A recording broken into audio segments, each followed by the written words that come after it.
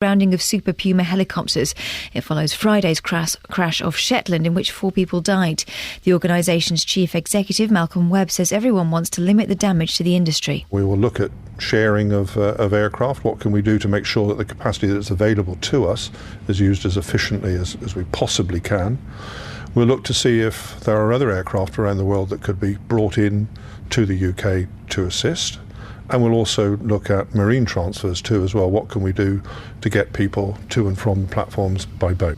Many of the main post offices across the 3 counties will be closed today because of a strike. Today's walkout is the 11th since March in an escalating row over jobs, pay and closures. The RSPCA wants to crack down on the number of feral cats roaming the streets of Buckinghamshire. Colonies with as many as 30 animals are said to be in High Wycombe, with the charity recruiting volunteers to trap the wild cats and take them to the vets to be neutered. More on this story coming up next with Iain Lee. The Bishop of Northampton is considering whether an author from Buckinghamshire should become a saint. Lee Agnew has more. G.K. Chesterton was born in London but lived for many years in Beaconsfield, where he passed away in 1936. The author, who found fame through his Father Brown novels, converted to Roman Catholicism in the 1920s. The American Chesterton Society, which is campaigning for him to become a saint, says his writings brought people to the Catholic faith.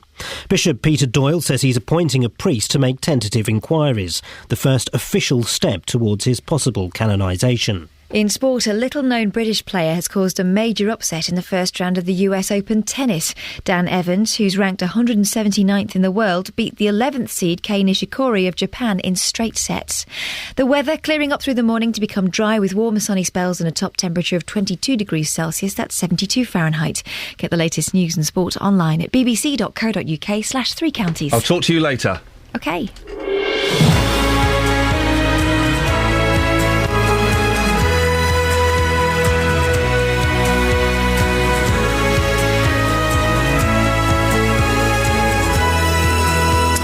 This is Iain Lee, BBC 3 Counties Radio. 3 minutes past 6, it's the 20... It's almost September. Let's not bother with the date. Let's just say it's almost September. Kids go back to school, is it next week, I think? And then it's Christmas. It's dark driving in. Thank you to Justin Dealey for doing an excellent job while I've been away. I didn't listen to any. I was told it was all right. Lots coming up on the show this morning. It would be good to get your views on some of these. Now, ever been to hospital? Most of us have at some point. And hospitals are being accused this morning of hiding patient dissatisfaction about the quality of their food. Well, have a think. If you've been in hospital, or a friend or a relative has been in hospital, ever had a good meal whilst in hospital? Feral cats. Ooh. Seems there are gangs of them prowling the streets of High Wycombe. There's an image. There are gangs in High Wycombe. Really? Feral cats. Volunteers have been called in to trap them and get them neutered. Would you fancy doing a job like that? And 2 questions I want your answers on. What do you like and what don't you like? Facebook.com/BBC3CR. You can text 81333. Start your text 3CR. Or, this is the best way, and I really want you to start calling in more now. I want to encourage more phone calls, please. 08459 455 555. 08459 455 555. Across beds, hearts and bucks. This is BBC 3 Counties Radio. Hospitals are being accused this morning of hiding patient dissatisfaction about the quality of their food. The Campaign for Better Hospital Food has published comparisons of independent patient surveys carried out by the CQC with assessments carried out by the hospitals themselves. All of the hospitals in the 3 counties rate the quality of their own food as excellent or good. Excellent? Has anybody ever had excellent food in a hospital? With the exception being the L&D, which is merely acceptable. But the Independent Care Quality Commission surveys carried out between September of last year and January of this paints a rather different picture. In beds, hearts and bucks, the highest scores go to Bedford Hospital and the L&D, both with a rating of just 5.5 out of 10, and the lowest goes to Milton Keynes Hospital at 4.9. Well, if you've been to hospital, or a relative or a friend has, what was the food like? Any good? 08459 455 555. Journalist Mark Sparrow found the food he was given during a 10-week stay in hospital so revolting, he wrote a daily blog about it and ended up filming a documentary for the Channel 4 show Dispatches. He joins me now. Morning, Mark. Good morning, Iain. Why was your food so bad? Well, I think most of the time I couldn't really tell what it was.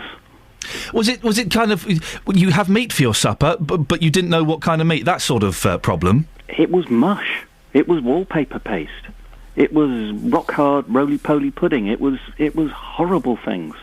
To be honest, I mean, obviously there are some exceptions, but a lot of hospitals, particularly ones that have sort of contracted out their catering and the food is trucked in from a long way away and reheated, it can be really tasteless. And the thing is, food is not just essential for healing, it's a real morale booster.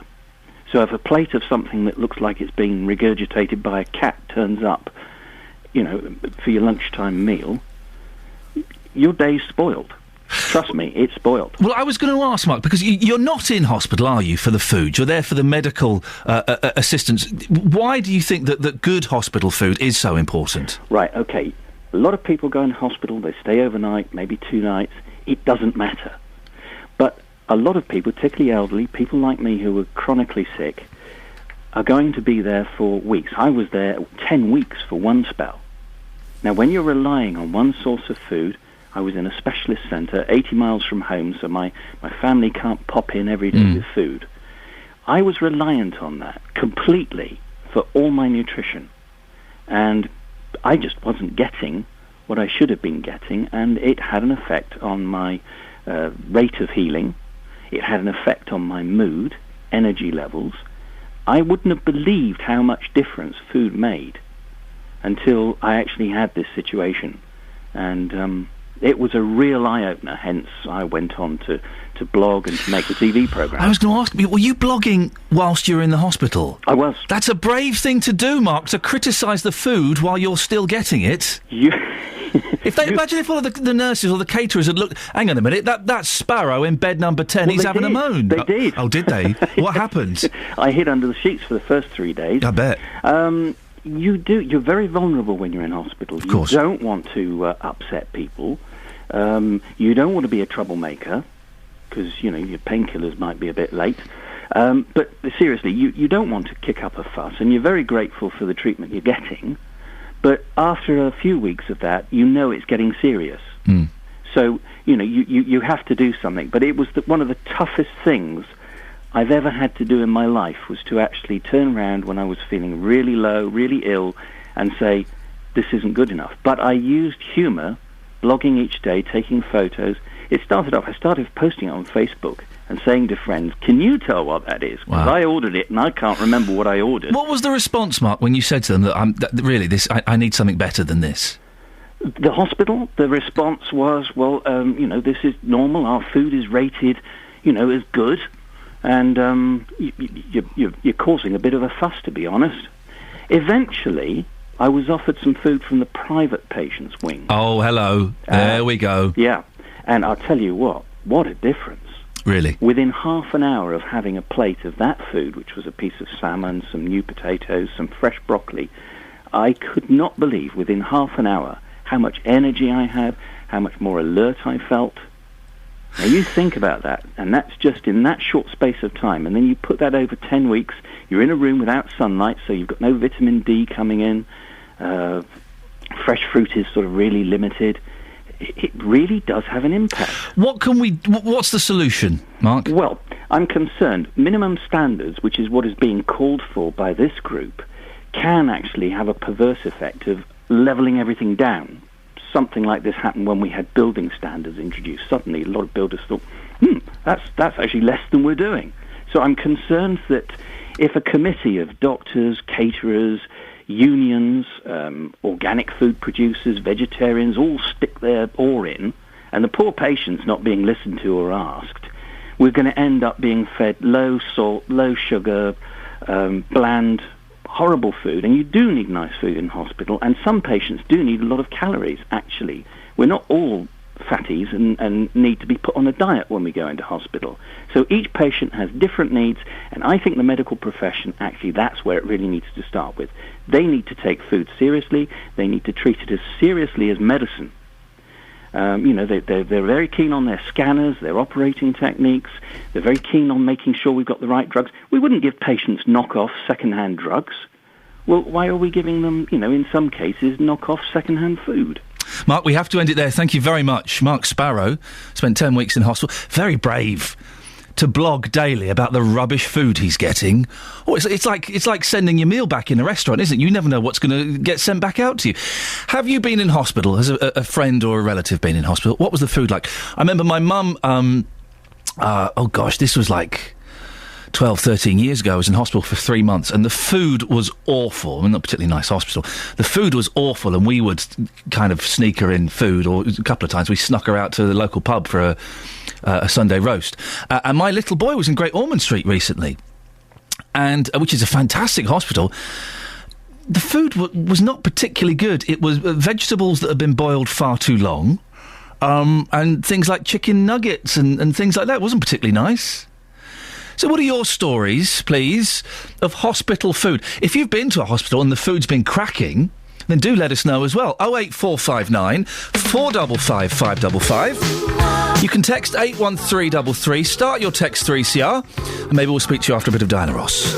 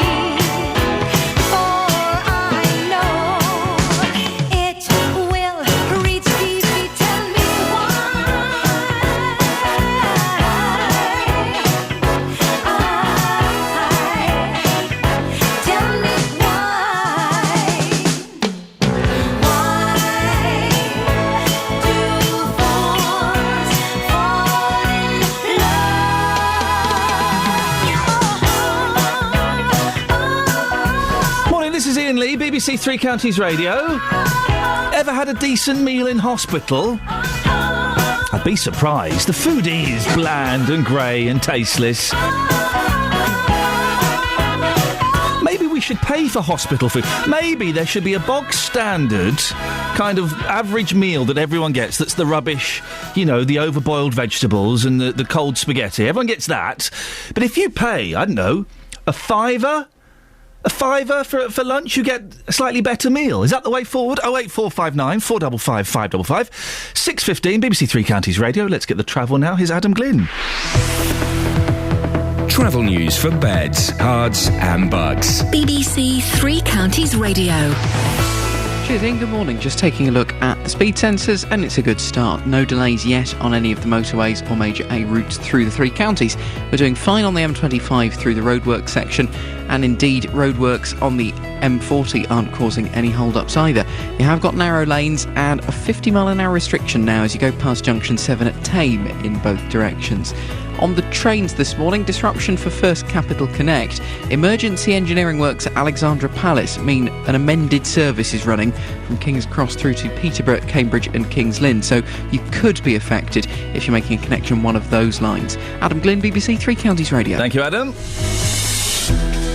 6:16, it's Tuesday the 27th of August. I'm Iain Lee, and these are your headlines on BBC Three Counties Radio. NHS hospitals are being accused of hiding low levels of patient satisfaction when it comes to food.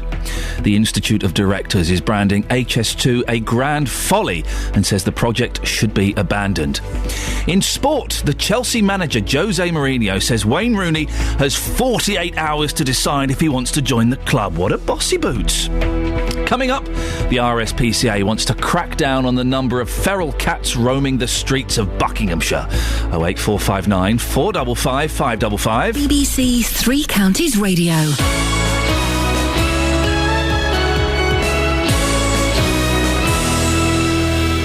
If you've got a problem with a company, a council or an organisation, there's one man you should come and speak to. You've got a problem with a mattress, I gather. Tell me all about it without naming any company name. Jonathan Vernon Smith. Well, every time she tried to book, the trip was cancelled because of adverse weather. The JVS show fights for your rights and tackles your consumer problems. Said send the receipt off and you'll get the cheque in the post. If you need our help, I went to speak to the man that runs this golf club. Email jvsshow@bbc.co.uk. I'm just very pleased that you've got the money. And we could do the same for you. Thanks ever so much, Jonathan. The JVS Show on BBC Three Counties Radio. Whilst on holiday, I read three excellent books. One was Oliver Reed, the biography. What a horrible, horrible man Oliver Reed was. Oh, look at his fun, drunk pranks as he dangles a woman 60 feet out of a window. No, a horrible, obnoxious alcoholic. Robert Mitchum, a fun alcoholic. Until he got a bit older, and then he became a slightly racist alcoholic and a stoner. But the best of all three books, the new Bee Gees biography. One of them was an alcoholic, one of them was a bully, and one of them was a pillhead. Try and guess which one as you listen to this.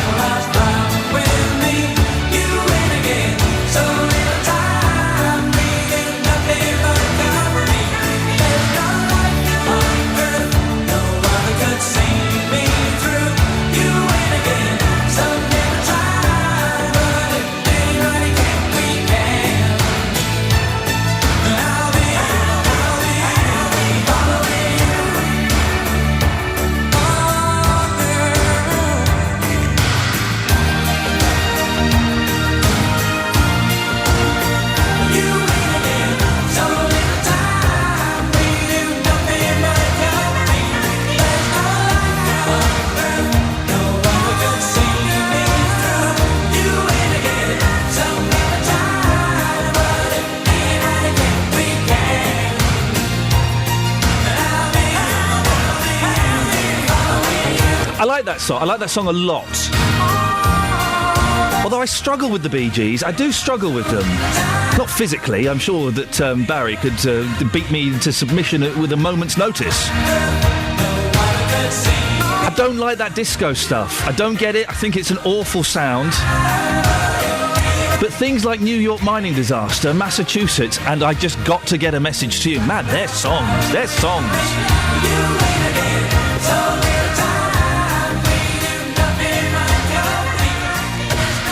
So I do like 60s Bee Gees. I don't like 70s Bee Gees. We're asking this morning, what do you like? What don't you like? As simple as 81333. Start your text 3CR.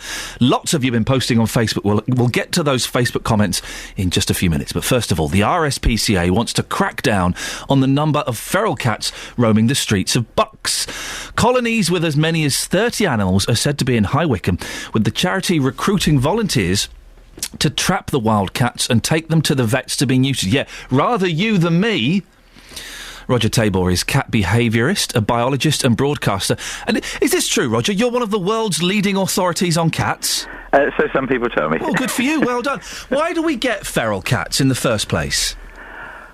It's a good question, and longer than you would want, so I'll keep it brief. Yeah, oh yes. The simplest one and the commonest one is when the cat just wanders off. But generally speaking, if they're then born into the wild subsequent to that from cats that have strayed, then those ones won't be brought up with the sort of effect of being socialised by familiarity to humans, and particularly in the first few weeks of their lives when they're played with near the mother. That's the biggest bit of magic that you can transform a much more wild potential kitten, as every kitten is when it's born, into the pets that we know and love. And if you don't do that, then they're much more scared animals. So by scared, I guess that means they're also dangerous? Not really, no. Scared generally means we keep out of your way, and I would just extend that because some of the biggest scared cats you might come across are things like tigers, and yet they've got all the power imaginable. And I've been walking in India just a few feet from tigers, and I know that they know I'm there, but they're just behind a little curtain of grass, just a few feet in that hides them, and they don't come out, they don't go boo, they don't attack me. It's just because they're wary of me because I'm a strange thing that they're not used to people standing on their back legs talking, all of that stuff. I'm not a deer. I'm not the sort of thing that they would normally hunt. And therefore, they're wary. And it's that wariness that keeps them alive. And it's the wariness of feral cats that basically means that they're an adult animal as opposed to one which has been socialised and made tamer. The RSPCA wants to trap them, neuter them, and clip their ears before either rehousing them or returning them to the streets.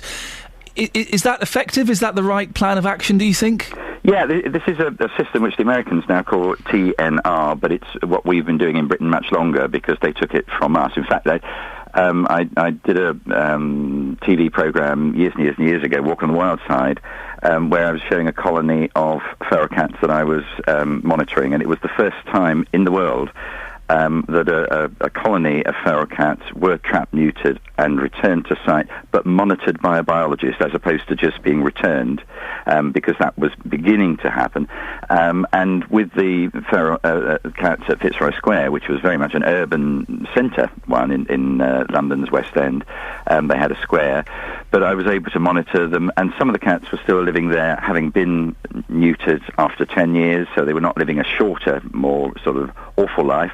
And some of them died, as you might expect, within a sort of couple of years and so on. In other words, the turnover was not that different to what you would normally have in a sort of house cat population. But as long as they're monitored, as long as they're checked, and usually what you have is a feeder. Somebody who takes pity on seeing a few cats around will go out and start feeding them, and that can be a problem because that can encourage more cats to stray. Oh, it's always some bonkers old lady who leaves loads of packets of cat food out. Well, bonkers in the sense of basically giving her whole heart and life and so on. I mean, the lady that we had at Fitzroy Square was a sweetie. She came from Somerset. She'd moved to London and spent every penny she had on the cats there. So you couldn't doubt her sincerity, but the trouble was, of course, you could be giving food and encouraging others. The reality was that didn't happen.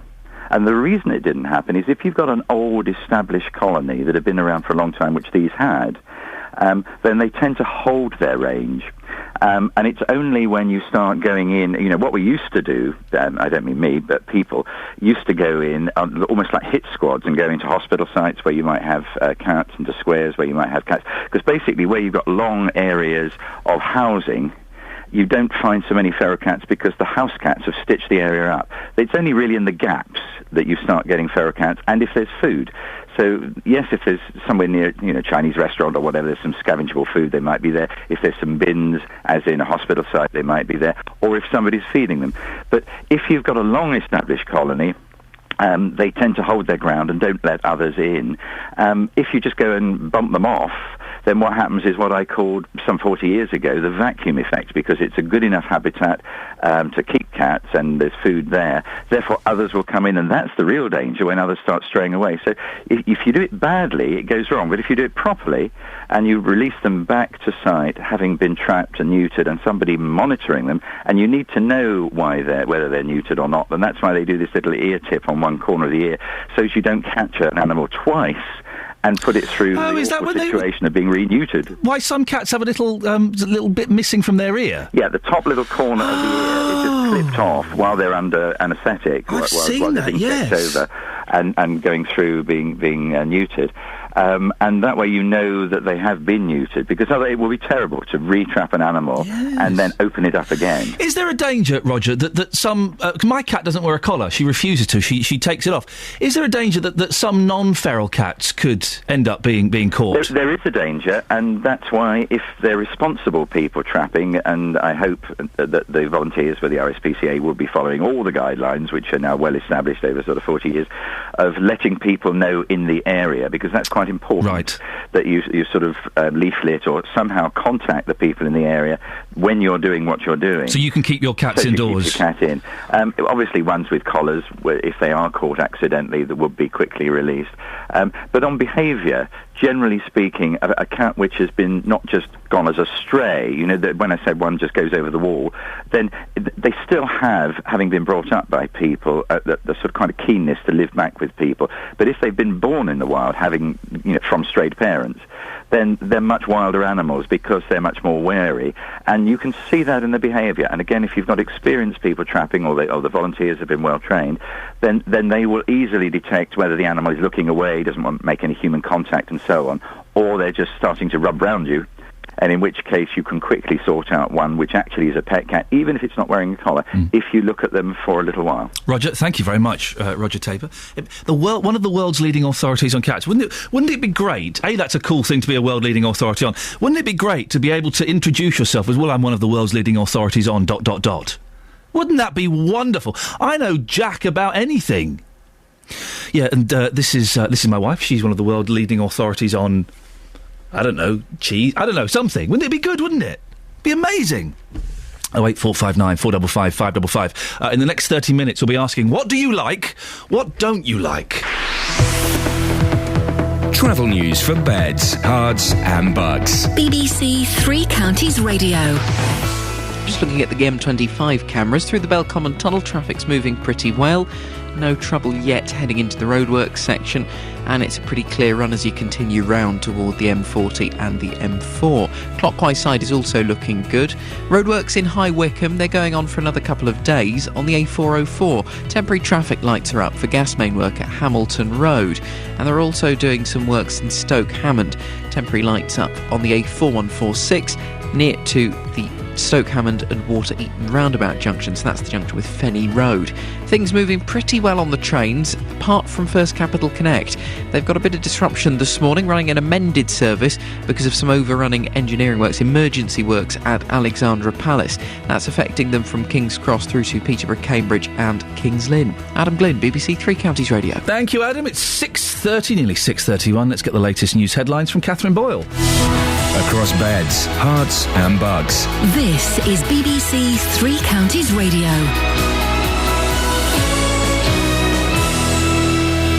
Good morning. The headlines. NHS hospitals are being accused of hiding low levels of patient satisfaction when it comes to food. The Institute of Directors is branding HS2 a grand folly and says the project should be abandoned. And many of the main post offices across the three counties will be closed today as workers strike over jobs, pay and closures. Three Counties Sports. BBC Three Counties Radio. Jose Mourinho says Wayne Rooney has 48 hours to decide if he wants to join Chelsea. Rooney played the full 90 minutes for Manchester United as they drew 0-0 with Chelsea in the Premier League last night. Mourinho has already made 2 failed bids for the striker and believes Rooney needs to come out and say whether he wants to leave United or not. It's time for the good of everyone to finish the story, to one side or to the other side. He played very well, a real professional. Play for the club that pays him. Tried to win, tried to score. He was fantastic. After that, he wants to leave. He has to say. Luton Town drew 0-0 at home to Cambridge United yesterday in the conference. It was the second goalless draw in a row for the Hatters, but manager John still believes there's room for improvement. I thought we started a little bit slow, but I thought we come strong into it, and probably 2 teams cancelled themselves out. We're good. I think we're good in most areas at the moment. Not good going forward, not good in the final third. End product not good enough. That's down to players not performing in the manner that we hope they'll perform. In Conference South, Bishop Stortford beat Bromley 1-0. Boreham Wood lost 3-1 at Staines. And in the Southern Premier Division, there were wins for Hemel Hempstead, Biggleswade, Chesham, Hitchin and Burnham. And MK Dons will hope to keep their unbeaten run intact tonight as they take on Premier League side Sunderland in the Capital One Cup. Midfielder Samir Carruthers says they're going there to cause an upset. Looking forward to it. I mean, it's a great stadium to go to, and hopefully we can get a result. I mean, we've got nothing to lose, obviously, as they're the Premier League team, so we're just going to go for it and hopefully we'll try and get a result. And that's your latest news and sport. I'll be back with more at 7 o'clock. So, Catherine. Yeah. Sorry, I cleared my throat there. I should have done that before I opened the microphone to speak to you. Do you know what my friend calls that? Mashed potato voice. Sorry? Where it sounds like you've got a... So, what do you like? Dolly Parton. What don't you like? Jolene. Call 08459 455 555. BBC Three Counties. It's as simple as that. It's as simple as that. What do you like? What don't you like? I like reading books while on holiday. I don't like beaches. I don't like beaches. Beaches are hard. Not the film. The film, the film's pretty good, actually. But the actual concept, the first time you go to a beach, it's like, oh, brilliant, this is a beach. We're going to have so much fun. And then I hate it when you go in the sea, because when you have 2 young boys, you have to go in the sea. And then you come out of the sea, and you're just dirty. You're covered in sand. There's no way of getting from the sea to the sun lounger without getting sand all over you. And then you're wet. And it's horrible. It's horrible. Another thing I don't like, chocolate ice cream. I don't like it. It's too sick. Vanilla. 08459 455 555. What do you like? What don't you like? I like the Beatles. I don't like the Rolling Stones. It's been a hard day's night, and I've been working like a dog. It's been a hard day's night, I should be sleeping like a log. But when I get home to you, I find the things that you do will make me feel alright. You know I work all day to get your money to buy a thing, and it's worth it just to hear you say, yeah,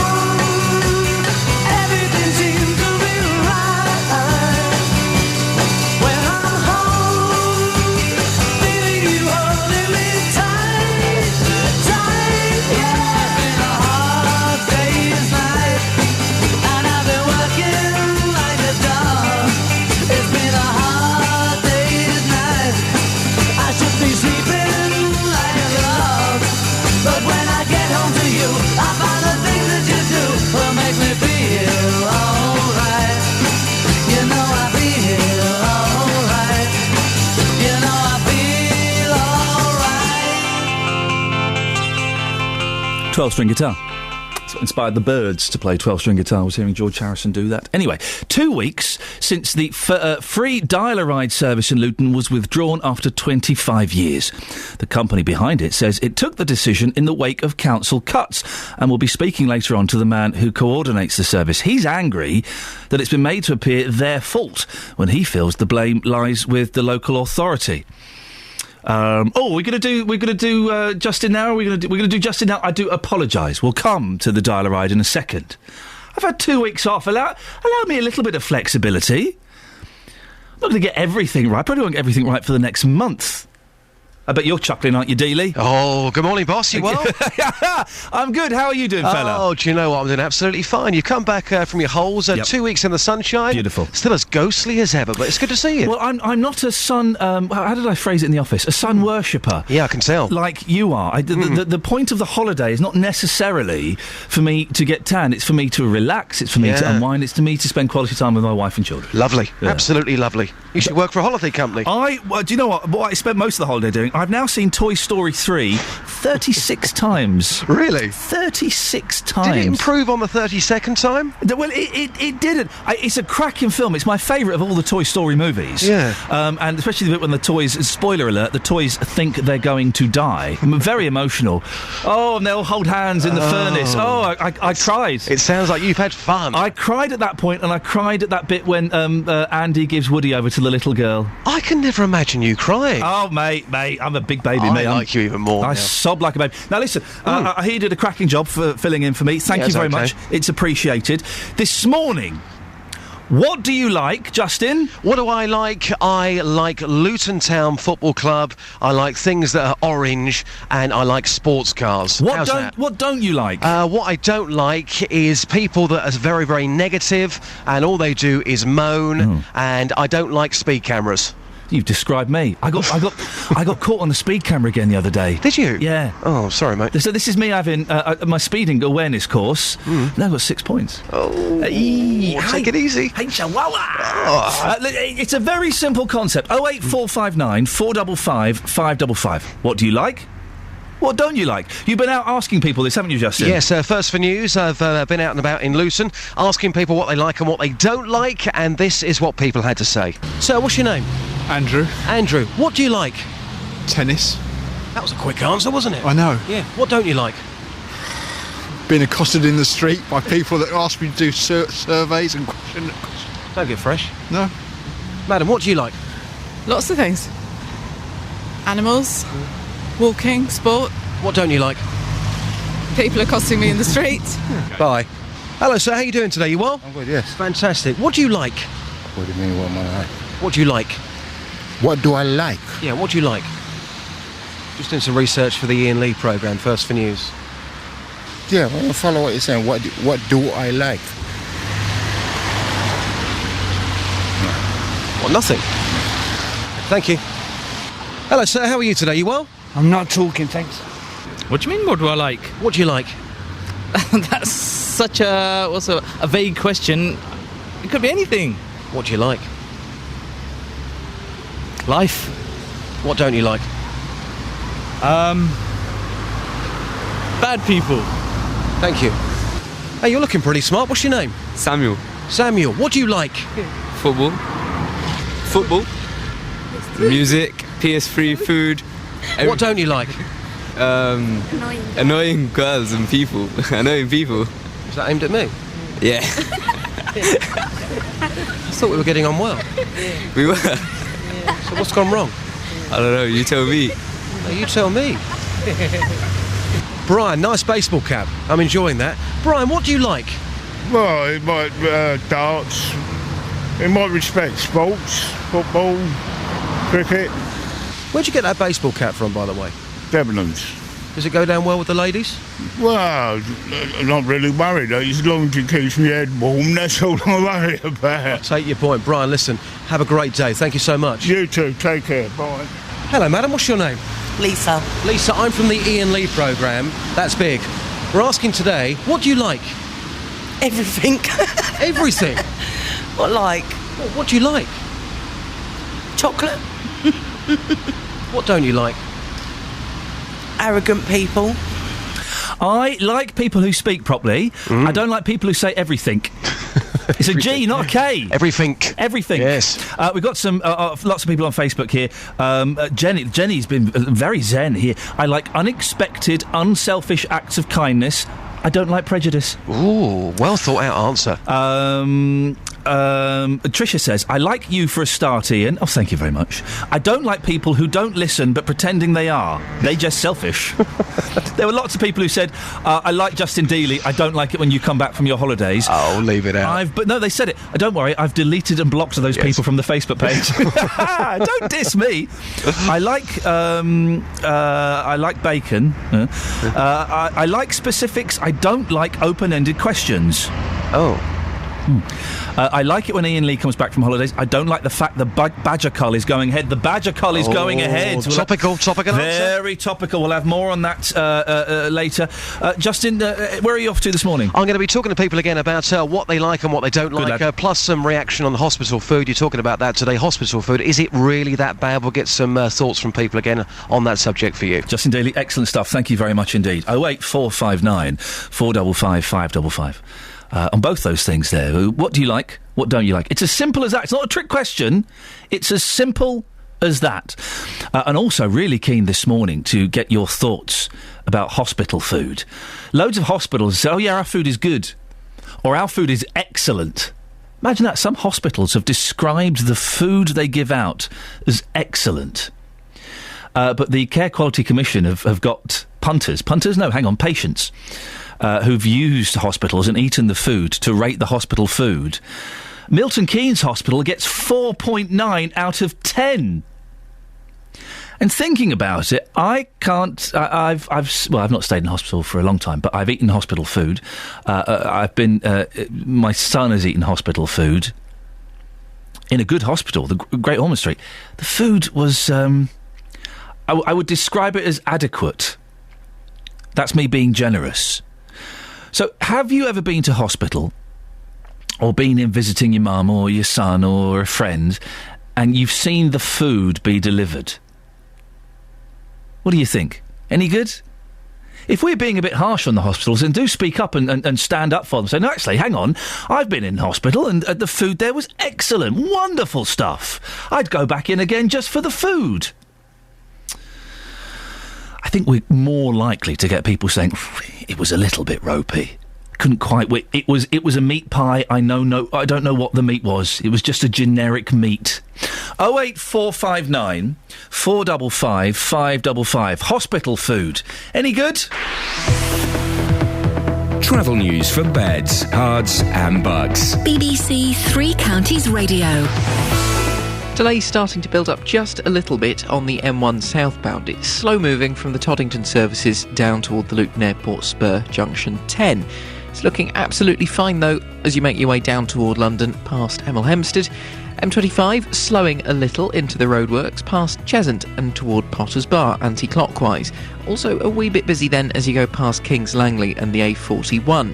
Trouble for the trains though. First Capital Connect disrupted King's Cross through to Peterborough, Cambridge and Kings Lynn. They have emergency engineering works at Alexandra Palace, meaning they're running an amended service this morning. East Coast are no longer affected by those works. They were on some of their services previously this morning. But First Capital Connect now have further disruption, Hertford North to Moorgate because of overrunning works at Bowes Park. London Underground will take your tickets once you get as far as London. One of their London-bound lines is blocked, so it's not really helping things much with the already ongoing emergency works. Adam Glynn, BBC Three Counties Radio. Thank you, Adam. On Facebook, Anne-Marie Gladding says, I like surprises, I don't like oranges. And Alison is listening to us while she starts her new life in New Zealand. In New Zealand? Surely there are better things to do in New Zealand than listen to this, Tosh, aren't there? Right, 6:46, it's Tuesday the 27th of August. I'm Ian Lee. These are your headlines on BBC Three Counties Radio. NHS hospitals are being accused of hiding low levels of patient satisfaction when it comes to food. The Institute of Directors is branding HS2 a grand folly and says the project should be abandoned. In sport, the Manchester United manager David Moyes has refused to play down his side's reported interest in Tottenham's Gareth Bale. I only found out the other day that Gareth Bale is related to the Batman, the old Batman, not the new Batman, Ben Affleck. Coming up, A man who lived for many years in Buckinghamshire could become a saint. No, a proper one. But before that, let's get the latest weather with Kate Kinsella. Beds, Hearts and Bucks weather. BBC Three Counties Radio. Good morning. Well, it's a mild, but for some of us, a murky start. We have some patchy fog to contend with this morning. Parts of Buckinghamshire and Bedfordshire, also parts of Hertfordshire as well, has got some patchy fog. Some people will be thinking, what on earth is she talking about? Because it's absolutely clear as a bell. However, other places can barely see the end of their nose. So it is patchy and it is quite dangerous. So much so the Met Office has issued a weather warning for parts of Buckinghamshire, Bedfordshire, Milton Keynes and Luton. They're all places that are affected by this, so extra care needed if you are heading out this morning. But the sun will start to burn that back quite quickly, having said all that, and behind it, warm sunny spells and a maximum of 21 Celsius. We could actually see temperatures rising up a degree or two in the sunshine later this afternoon. Overnight, some dry weather to start with. In fact, it's going to remain dry for all of the night, but some clear spells to start with. The cloud, a similar night to the one we've just had, actually. It will start to increase in the early hours of tomorrow morning, and with it some mist and fog. That's where the risk starts. Minimum temperature 12 Celsius, 54 degrees in Fahrenheit, and tomorrow a similar day to today. We've got some mist around first thing. It will clear, leaving sunny spells and feeling warm. It's as we head through to the rest of the week, we'll notice the cloud increase and it will start to feel just a little bit fresher. Thank you very much, Kate. In this country, we will never think of sport the same way, and we will never think of disability the same way. A year ago, a very special event took place at Stoke Mandeville Stadium in Aylesbury to mark the start of the Paralympic Games. A year on, we are back at the Buckinghamshire home of the Paralympics to hear the memories of those who took part and assess the legacy of the Games. We see them now as athletes in their own right, whatever their disability. Listen to the anniversary live from Stoke Mandeville Stadium Thursday from 3 here on BBC Three Counties Radio. Now, back to the story that I attempted to start 15 minutes ago, only to be told, no, don't be an idiot, we're not doing that yet. It's my first day back after 2 weeks off. Give me a little bit of slack. 2 weeks since the free dial-a-ride service in Luton was withdrawn after 25 years.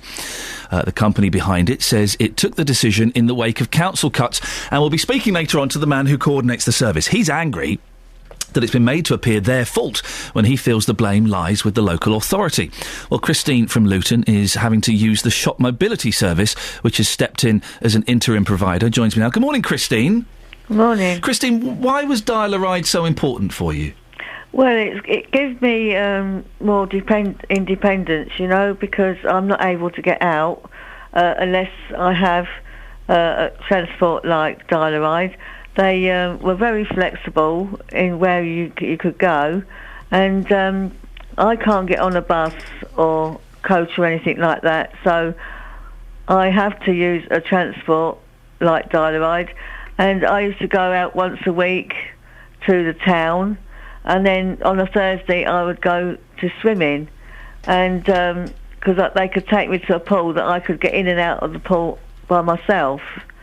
And without dial-a-ride, you know, I mean, there's lots of people in Luton that are going to be stumped because they're not going to be able to get out, you know, and I can't see the mobility going to,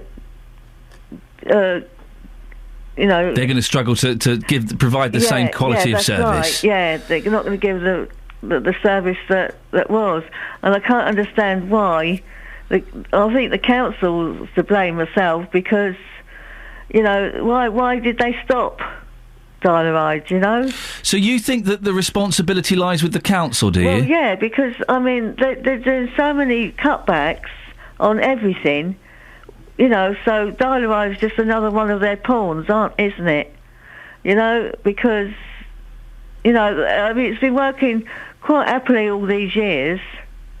So why all of a sudden, you know, and I don't think the mobility is going to be able to cope with the amount of people in Luton that used to take dial-a-ride. Why do you think that the elderly people and disabled people and vulnerable people who used dial-a-ride, why do you think they're being targeted like this? I have no idea. I have no idea. It's just that other towns, they have 2 or 3 buses. that help with the disabled and elderly, because I go to a centre in Bedford, and there's 2 or 3 lots of buses that come in, so if they can go side by side, why can't Luton do the same with Dial-A-Ride? Yeah, Dial-A-Ride did around, I think, 22,000 trips last year, and that is a lot for shop mobility to cover, isn't it? Yes, it is. What would you like to see happen, Christine? Well, I'd like to see Dial-A-Ride come back and work side by side with mobility, because the mobility's been going for some time anyway, but I mean, if the two can work together, that'd be fine. I mean, it'd take the backlog off of mobility, but I mean, Dial-A-Ride is going to be very, very missed. It really will be. It will. Christine, thank you very much. That's Christine from Luton, who's unhappy that the Dial-A-Ride service has come to an end. Well, don't forget, later on we'll be speaking to the man who coordinated the service to get his take on it. If you want to have your say, 08459 455 555. Text 81333. Start your message with 3CR. Text will be charged at the standard network rate. BBC Three Counties Radio. Hey, here's something, religious fans. A man who lived for many years in Buckinghamshire could soon become a saint. G.K. Chesterton was an author and theologian who wrote many books about the Catholic faith and died in Beaconsfield in 1936. Well, now the Bishop of Northampton has announced he will assign a priest to make inquiries. Dale Alquist is the president of the American Chesterton Society. He joins me now. Morning, Dale. Good morning. How are you? Yeah, I'm very well. This is exciting. You've been calling for the canonisation of Chesterton for a while now, haven't you? Well, I guess I have, yes. Why? Why is he so important?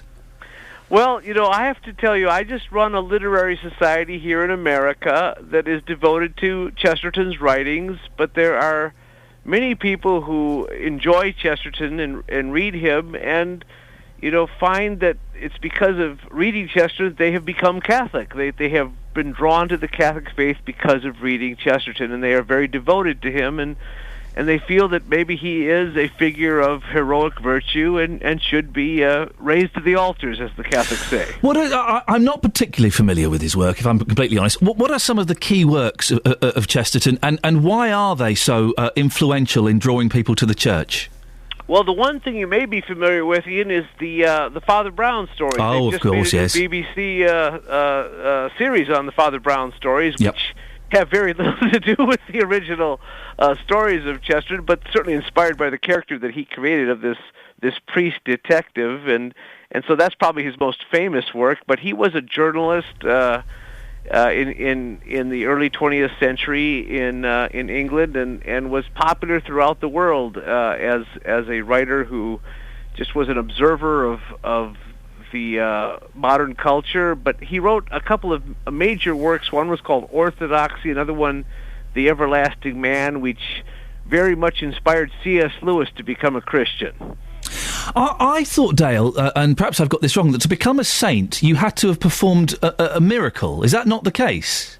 Well, here's how it works. There's a lot of misunderstanding on how someone is made into a saint in the Catholic Church.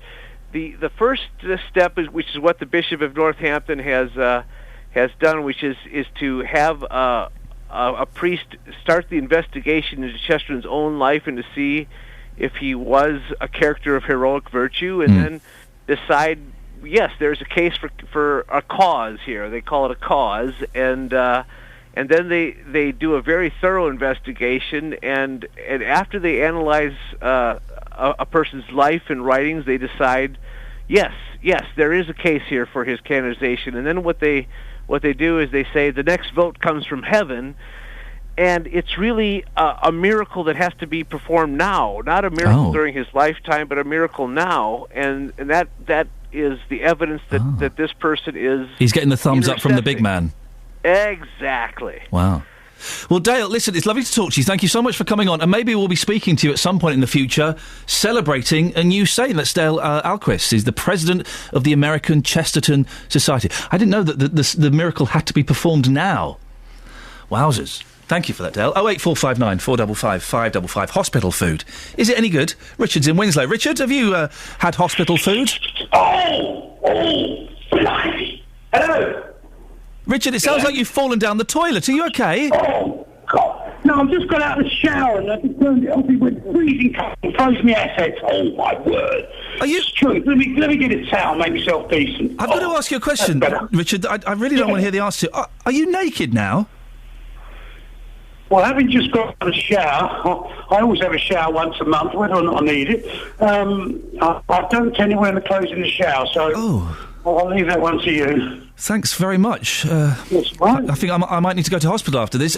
Hospital food, Richard. Don't go to Northampton, Milton Keynes, Stoke Mandeville, High Wycombe, because the food is at best average. In fact, the only food that's any good is in Harefield. I was in there the other Christmas, and we got a lovely Christmas lunch, proper roast potatoes, loads of turkey, and we even had a glass of sparkling wine in a plastic cup. And Carol's thing, it's very nice too. Richard. Yes. Chipolata.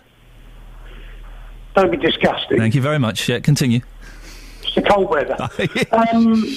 It's even on one occasion in High Wycombe when they served the toast cold.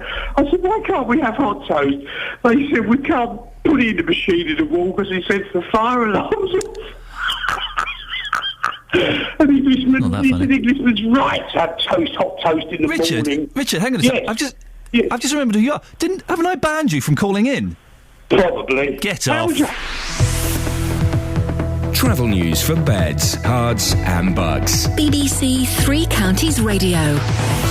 M1 southbound, slow moving from junction 12 at Flitwick down to 10 at the Luton Airport Spur. The A1 starting to get quite busy into London from Stirling Corner toward Mill Hill Circus.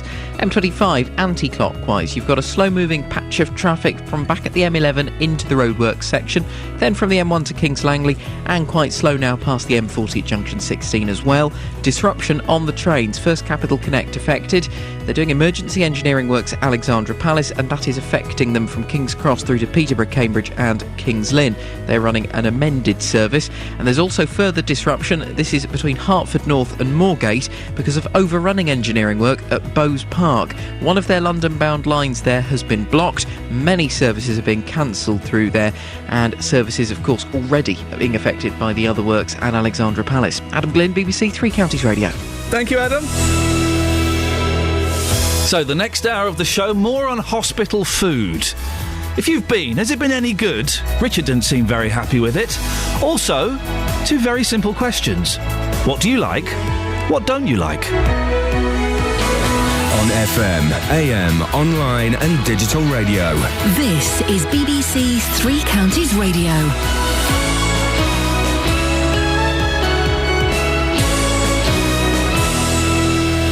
Good morning, it's 7 o'clock. I'm Catherine Boyle. The headlines: hospital food ratings questioned, HS2 branded grand folly, and box author considered for tainthood. BBC Three Counties Radio. NHS hospitals are being accused of hiding low levels of patient satisfaction with food. A report for the Campaign for Better Hospital Food says the hospital's own assessment of quality doesn't tally up with independent surveys. The meals served up during a 10-day hospital stay for journalist Mark Sparrow inspired him to film a documentary on the subject for Channel 4's Dispatches. A lot of hospitals, particularly ones that have sort of contracted out their catering and the food is trucked in from a long way away and reheated, it can be really tasteless. And the thing is, food is not just essential for healing, it's a real morale booster. Detectives are investigating the rape of a teenage girl who attended a party in the Monkston area of Milton Keynes this weekend. The incident happened on Saturday night after the girl stepped outside the house with a man who then forced her into a car. He's described as black, in his late 20s and around 5'6" tall. He's muscular with short, dark, straight hair and was wearing a navy blue T-shirt, dark jeans and a black watch with a large face. There's further condemnation of HS2 this morning, this time from one of the main lobby groups for business. The Institute of Directors says the high-speed rail project is a grand folly and should be abandoned. The RSPCA is planning a crackdown on feral cats roaming the streets of High Wycombe. It's thought there are several colonies comprising 30 cats at large in the town. The charity is asking volunteers to trap them, take them to the vets to be neutered and then return them to the streets. Animal behaviourist Roger Tabor told Iain Lee it's the best way to control their numbers. If you've got a long-established colony they tend to hold their ground and don't let others in. If you just go and bump them off, then what happens is what I called some 40 years ago the vacuum effect, because it's a good enough habitat to keep cats and there's food there. Therefore, others will come in, and that's the real danger when others start straying away. The Bishop of Northampton is considering whether an author from Buckinghamshire should become a saint. Lee Agnew has more.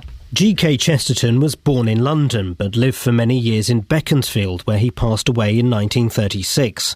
The author, who found fame through his Father Brown novels, converted to Roman Catholicism in the 1920s. The American Chesterton Society, which is campaigning for him to become a saint, says his writings brought people to the Catholic faith. Bishop Peter Doyle says he's appointing a priest to make tentative inquiries, the first official step towards his possible canonisation. In sport, the Manchester United manager David Moyes has refused to play down his side's reported interest in Tottenham's Gareth Bale. It emerged yesterday that a second club, along with Real Madrid, have entered the race to sign Bale. The weather clearing up through the morning to become dry with warm sunny spells and a top temperature of 22 degrees Celsius. That's 72 degrees Fahrenheit. Get the latest news and sport online at bbc.co.uk/3 counties. Now, hang on 1 second, young lady. Yes. I need a word with you. Oh. Yes. We're talking about what you like, what you don't like. Yeah. Earlier on, you said, oh, yeah, I like Dolly Parton. But then you said you don't like Jolene. No, I don't. Why? It gets on my nerves now. Why? It's overplayed. Oh, no, stop it. Also, it's against the sisterhood. What do you mean? Well, it's all about one side letting the other side down. We're all supposed to be in it together. Don't pinch my man. Sort yourself out, love. Dolly Parton is saying to Jolene, look, please, you're a good-looking girl and stuff, but please, I was here first with, let's call him Steve. Leave Steve alone. I'm begging you, go away. Listen, if Steve wants a bit of Jolene, let him go. It's not worth it. But sometimes, you know, the men's eyes wander, and you've got to be reminded that you're going out with Dolly Parton. Well, exactly. I bet she's a nightmare to live with. I bet she's hard work. She's been married a very long time for someone in that industry. Yes. You know what Nashville's like, flipping heck. Yes. Do I? Yeah. What's it like? It's very, very that. Fwah! Exactly.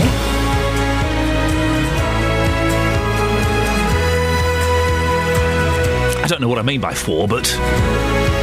Morning, this is Iain Lee, BBC Three Counties Radio. It's 4 minutes past 7. It's Tuesday the 27th of August, and we have got a packed show for you today. Hospitals are being accused this morning of hiding patient dissatisfaction about the quality of their food. Very simple question. Have you ever had a good meal in hospital? Feral cats, there are gangs of them prowling the streets of High Wycombe. Ever had a problem with them where you live? And again, nice and simple. We're easing ourselves back into this after 2 weeks off. What do you like? What don't you like? Facebook.com/BBC3CR. Send me a text 81333. Start your text 3CR. Or the best way. And we need to get more phone calls, and certainly of a higher quality than Richard and Winslow we just spoke to. Can we get some decent phone calls, please? 08459 455 555. Across beds, hearts and bucks. This is BBC Three Counties Radio. Ever had a good meal in hospital? It's probably unlikely. Research out today suggests that NHS hospitals are patting themselves on the back for the standard of their meals, when an independent survey suggests that half of patients don't enjoy them. The Campaign for Better Hospital Food says NHS hospitals routinely award themselves a high rating, which goes against findings by the Care Quality Commission. Well, according to the CQC, Bedford and the L&D get 5.5 out of 10. This is judged by people who actually use the hospitals. Milton Keynes gets 4.9. Ouch. Alex Jackson is from the Campaign for Better Hospital Food. Good morning, Alex. Is this choice of food quality of food or taste? How is it rated? Well, that's a very good question. It's not actually clear from the statistics published by hospitals how they're actually rating the quality of the food, and that's part of the problem. And what is more worrying is that they're excluding patients from saying what they think about the food. So, and that has led to a situation whereby hospitals are giving themselves, maybe unsurprisingly, kind of brilliant ratings for their food. And patients are saying actually it's not very good. So there's a big kind of contrast between the two. Well, some of these hospitals apparently have said their food is excellent. I can't imagine how a hospital could be so cheeky as to say that. Well, yeah, I would agree. I mean, you have some examples of hospitals giving themselves, as you say, full marks, 5 out of 5, saying the food is excellent. And at those same hospitals, only half of the patients are saying the food is good. So you've got a system whereby kind of patients are being excluded from the rating process, which just doesn't make any sense. I guess a lot of it is down to money, isn't it, Alex? And with cuts being made completely across the NHS, some people might consider that food isn't necessarily a priority. Well, I think instinctively that's what everyone thinks, but the evidence actually shows that's not the case. I mean, if you look at the survey, there you can see that there's absolutely no correlation between the amount that hospitals spend on patient meals and how popular they are with those eating it. So, for example, some hospitals spending less than others on the food. Actually, it's very popular with patients, and some hospitals are spending a lot on it, and it's unpopular. So there's no correlation there. Good food does not have to cost too much. With your findings, Alex, is anything going to change? Well, this is what we want. We want government to set standards for set mandatory standards for hospital food. It's something that they're still unprepared to do, and we think that's outrageous. We're campaigning for that. It's particularly shocking when you consider that food served in government departments and food served in schools and even food served in prisons has to meet mandatory standards, but food served to patients doesn't, and that's an obvious wrong, and we want government to put it right. Alex Jackson from the Campaign for Better Hospital Food, thank you very much. We have got a statement from Milton Keynes Hospital, which I find quite surprising. Milton Keynes Hospital, who scored 4.9 out of 10 on the patient rating. Our patient survey shows improving feedback on the quality of hospital food. Now, Milton Keynes have used this line with me before. Things are improving. But you're not saying what level you're improving from. In fact, the quality of hospital food is something that patients specifically compliment us on. Well, obviously not, according to the CQC. Here comes the surprising bit. Hospital food is something the board is taking very seriously. In fact, the board recently adjourned a meeting to have a full hospital meal to get the patient experience. Hang on a second. Why are you saying that as though that's something to be proud of? You should be doing that every week, shouldn't you? Surely once a week. I'll give you once a fortnight. You should pick a day and and pick a random day so that the catering staff don't know, and all of the members of the board should have a hospital breakfast, a hospital lunch and a hospital supper. Or dinner. Shouldn't you? Do it once a fortnight. At random. So the caterer... Oh, hang on. The boss it's tomorrow. The boss is having his meal tomorrow. Let's make it a good one. No. At random, you get all of your meals one day. Surely that's obvious, isn't it? And then you can sit around and go, do you know what? This food is rubbish. We need to pull our finger out and do something better. Well, Justin Dealey has been out and about talking to people. Morning, Justin. Hello, Ian. Have you ever been in hospital? No, I touch wood. I haven't, actually. OK, I have, and my family have. The food is... It's not brilliant, and we constantly were bringing up... the food in the kind of refectory, the little shop downstairs, was always cracking, so we would bring food upstairs to the patient. But the thing is, though, Ian, it's expectation. At the end of the day, it's a hospital. It's not going to be like a restaurant. Now, if you're in there for a week or 2 weeks, that's unfortunate, but at the end of the day, don't expect to get a 3-course meal, which is going to be 10 out of 10. Surely our expectations are too high, aren't they? Well, but you expect to get something better than a meat pie, where you don't know what the meat is, vegetables that have been overboiled. The thing is, the point that's been made by a couple of our guests, is if you have good quality food, it will aid your recovery. If you're having colourless mush, that's not going to help at all, is it? But how do you encourage somebody who is a decent chef to go and work in a hospital? Because clearly they're not going to be paid as much as working in a restaurant. You don't need a decent chef. You don't need Gordon Ramsay or Jamie, or maybe you do need a Jamie Oliver to do a campaign there, but you're not going to get, Gordon Ramsay or something. You just need competent catering staff who don't cut corners. You just need somebody who's going to be paid a decent wage, because... surely, if you want to earn a decent living, you're not going to get the wages that you desire, let's say, if you're going to work in a hospital. You're going to get paid much more if you work in a decent eatery. You've been... eatery? Yes. You've been speaking to people on this, haven't you, Justin? I have. I've been talking to people outside the Luton and Dunstable Hospital with their experiences of hospital food, and this is what people had to say. Well, Jackie, you stayed in hospital about 1.5 years ago, and you're saying the food was dreadful. Was it really that bad? It was just what I didn't like. You ended up, sometimes you didn't get what you asked for. And you did have things smuggled in for you because you couldn't take it anymore. It wasn't smuggled in. We just brought it in. You know, we were allowed to bring things in. I bought my own sort of sandwiches of my choice. He used to bring me a pizza in and bits, chicken and chips. Or you used to go up to the staff canteen and get it. No, it wasn't bad. No, but I mean, it wasn't very good, but it was edible. So what was the worst thing that you had to eat? Can you remember? Yeah, very cold chips. Well, Ronald, we're here at the L&D. You've stayed in the L&D before. What's the food like there? Years ago it was. I can't really compare it because it was a long time ago. I'm sure things have changed. It wasn't too bad. OK, so that was then. Recently you've stayed in Bedford Hospital. Yeah. What was the food like there? Very good. Good choice, well cooked. And if you wanted something different, they'd soon get it for you. It wouldn't be a problem. You had a menu every day and you ticked off what you wanted and what you thought you wanted. It was generally very good. If you went to a restaurant and you were to pay for that food like you had at Bedford, would you have been satisfied thinking that you got good value for money? Yes. So it was really that good? Yeah. I no qualms about it at all. Sounds fantastic. Just lastly, what was your favourite dish? Can you remember? Steak kidney pie that wasn't a horse. I don't know. What can you say? What a fantastic comment. Thank you so much for your time. Really appreciate it. Oh, no problem. Well, Chris, you stayed in the L&D only a couple of weeks ago. You was in for 4 days or so.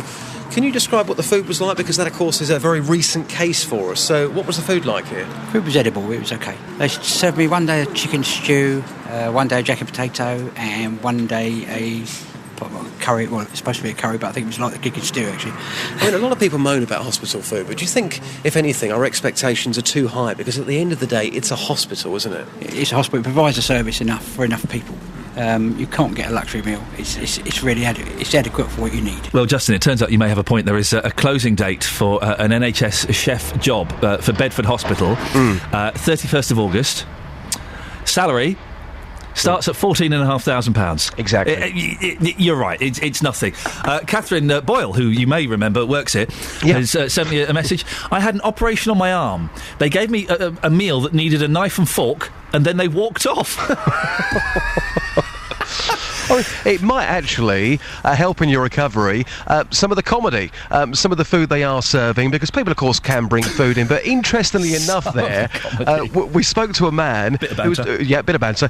Was talking about Bedford Hospital. Yeah. Now, I've heard great things about the food at Bedford Hospital. Maybe some of your listeners again have got stories you heard from that man there. He said if I went to a restaurant and I paid for that, I would see that as good value for money. He thought the food at Bedford was that good. Well, OK, Justin, thank you. Let's change the game slightly. Let's find the hospital with the best food, shall we? If you've been to a hospital and the food was cracking, 08459 455 555. Leslie's in Dean's Hanger. Morning, Leslie. Good morning. Leslie, you went to Milton Keynes General. What was the food like there? It was amazing. Really? Yeah, absolutely. I had an operation on the 29th of April this year, so recently. I was in there for just over 3 weeks. And one of the things, obviously apart from visitors coming, was getting the food. It was, honestly, the menu choices were excellent. The food was always hot and fresh, and you absolutely couldn't complain at all. I had really, every Sunday was roast dinner, and you got loads of fresh veg, roast potatoes. The meat was, a decent amount. What did you get in the week? What was the kind of, your apart from the roast, your favourite meal? There were 2 or 3 things, actually. Gammon steak with pineapple, with jacket potato and a side salad. That was absolutely lovely. Yeah. Roasted vegetable tart with chips, and they were nice chips. They weren't cold, and they were decent amount. The Care Quality Commission, Leslie, rated it 4.9 out of 10. Do you think they've got it wrong? I don't know what these people expect when they go into hospital. I mean, years ago, they used to moan about the food, and I can remember being in hospital a lot of years ago and thinking, not very nice food. But I cannot fault Milton Keynes at all. And in fact, I was on a particular ward for 2 weeks, and then I was transferred to a rehab ward where you had, if you wanted to, you could go down to the to a room where they served the food straight from the hot trolley. Yeah. And we used to sort of have a little bit of a joke with the staff there and say, well, we'd like to book a table for 2 in the restaurant with a glass of wine and all this sort of thing. And they just used to bring us like a fresh orange juice or a glass of water, and we'd make out with a special wine.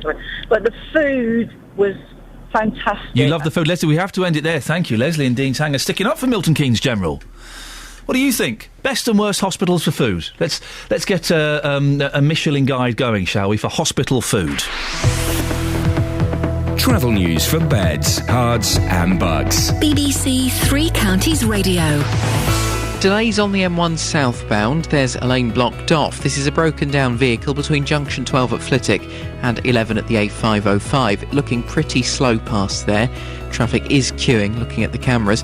The A1 into London, there's some delays as you go through Boreham Wood. Stirling Corner toward Mill Hill Circus looking slow. M25 anti-clockwise, heavy traffic from back at the M11 into the roadworks section past Enfield Junction 25, and then it continues to look slow as you go round past Potter's Bar and toward the A1M and the other end of the works. Busy then from the M1 to Kings Langley and past the M40 at Junction 16. And First Capital Connect disrupted King's Cross to and from Peterborough, Cambridge and Kings Lynn as a result of emergency engineering works at Alexandra Palace, plus disruption Hertford North to Moorgate as a result of overrunning works at Bowes Park. And in that case, one of the London-bound lines has been blocked, meaning a lot of cancellations. Adam Glynn, BBC Three Counties Radio. Thank you, Adam. Well, it's coming up to 7:18. It's Tuesday, the 27th of August. I'm Iain Lee, and these are your headlines on BBC Three Counties Radio. NHS hospitals are being accused of hiding patient dissatisfaction with the food they offer by giving themselves high marks in surveys. The Institute of Directors says HS2 is a grand folly and should be abandoned. In sport, the Chelsea manager Jose Mourinho says Wayne Rooney has 48 hours to decide whether he's joining the club or not. What a tease. Coming up, the RSPCA wants to crack down on the number of feral cats roaming the streets of Buckinghamshire. And it wants to cut their knackers off. 08459 455 555. BBC Three Counties Radio.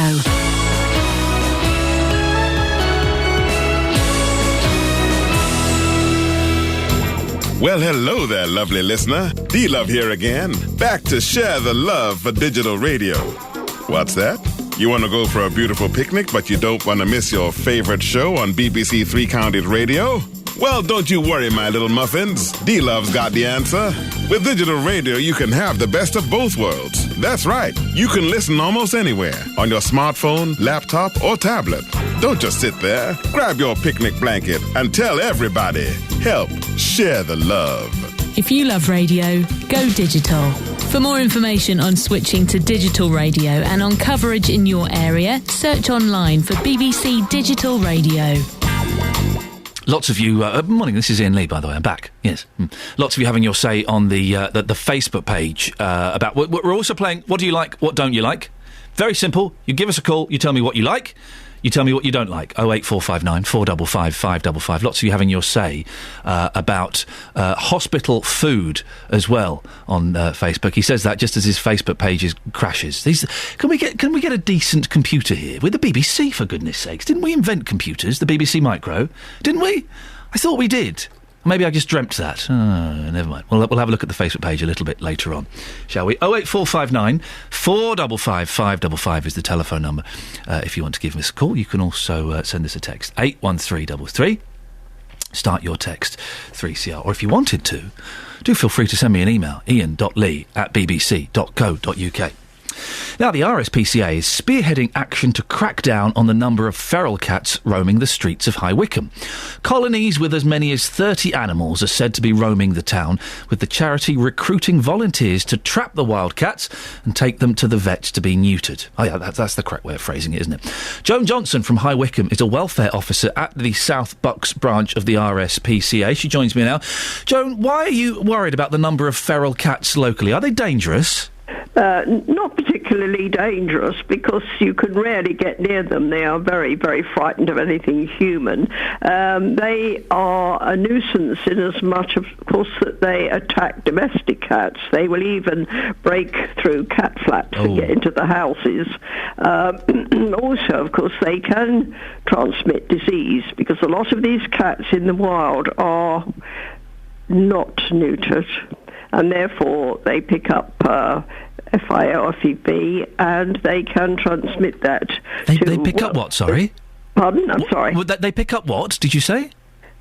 They get they transmit diseases. Right, FRICB, did you say? And I said, sorry, FIV, that's really AIDS and enteritis. Oh, cat AIDS. Yeah. Yes. So if we get any cats, we do always test them because obviously it's a big, big danger. And we do test these when they come in, and that is the only time we ever put a cat down as if it's got this. You just can't do anything else, I'm afraid, about that. Is it true, Joan, that you caught... I'm very quiet at the moment. We are finishing off one or two projects, but we've got more coming up, we know. I'm worried that, of course, if we don't do something about these cats, they'll just multiply. I mean, you can work it out if a mother cat has 4 or 5 kittens, and then they are left, and we can't get them, then those kittens will multiply. So by next year and the year after, we've got a problem. Joan, is it true that last year you caught 70 cats yourself? Well, not personally. Oh. We have a team of volunteers who, and it works very well. We got some that will trap and others that will pick them up and take them to the vet, and then other people who will take them on wherever they're going. When I say that, I hasten to add that we could do with more volunteers. We haven't got a huge team. There's only about 6 of us working on this. So it is a lot of work, and they have to fit it in as their volunteers with whatever else they're doing, or work, or things like that. Who funds the neutering and the ear clipping? Well, I mean, we fund it in as much, of course, all the branches are independent of the HQ branch. I mean, we have to find our own money for these animals, but they do help us towards the neutering costs. That is the only money we get from HQ, is help towards neutering costs. And how do you catch them, Joan? Do you set traps, or do you use tranquilizer darts, or...? No. I only wish, because some of these would need that. I can imagine you, Joan, with a rifle with a tranquilizer dart in, just taking off cats. With the real ferals, that would be ideal. What we have to do is set traps, and of course we have to leave them because they don't come anywhere near the traps. They're very, very suspicious of anything. So we probably put them down for 2 or 3 nights running, and then put something tasty in there, and in they go. And if, Joan, you say you want more volunteers. If people want to help out, they think, oh, this sounds like my kind of thing. I've got a trap, I've got a tranquilizer gun. How do they get in touch?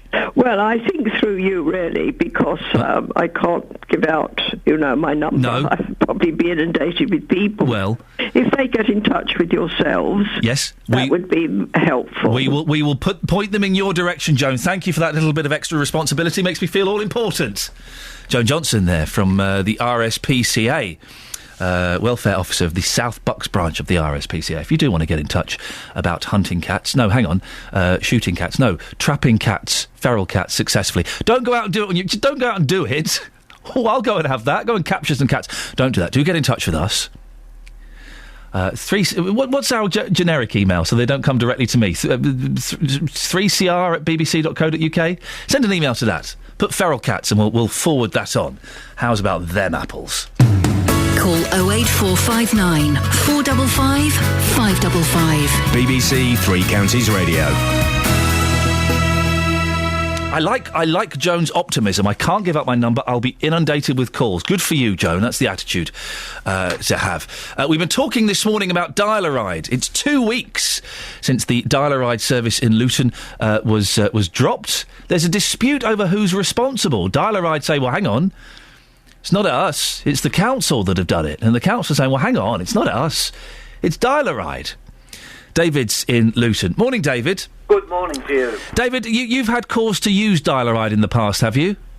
Yes, for the last 5 plus, possibly 6 plus years.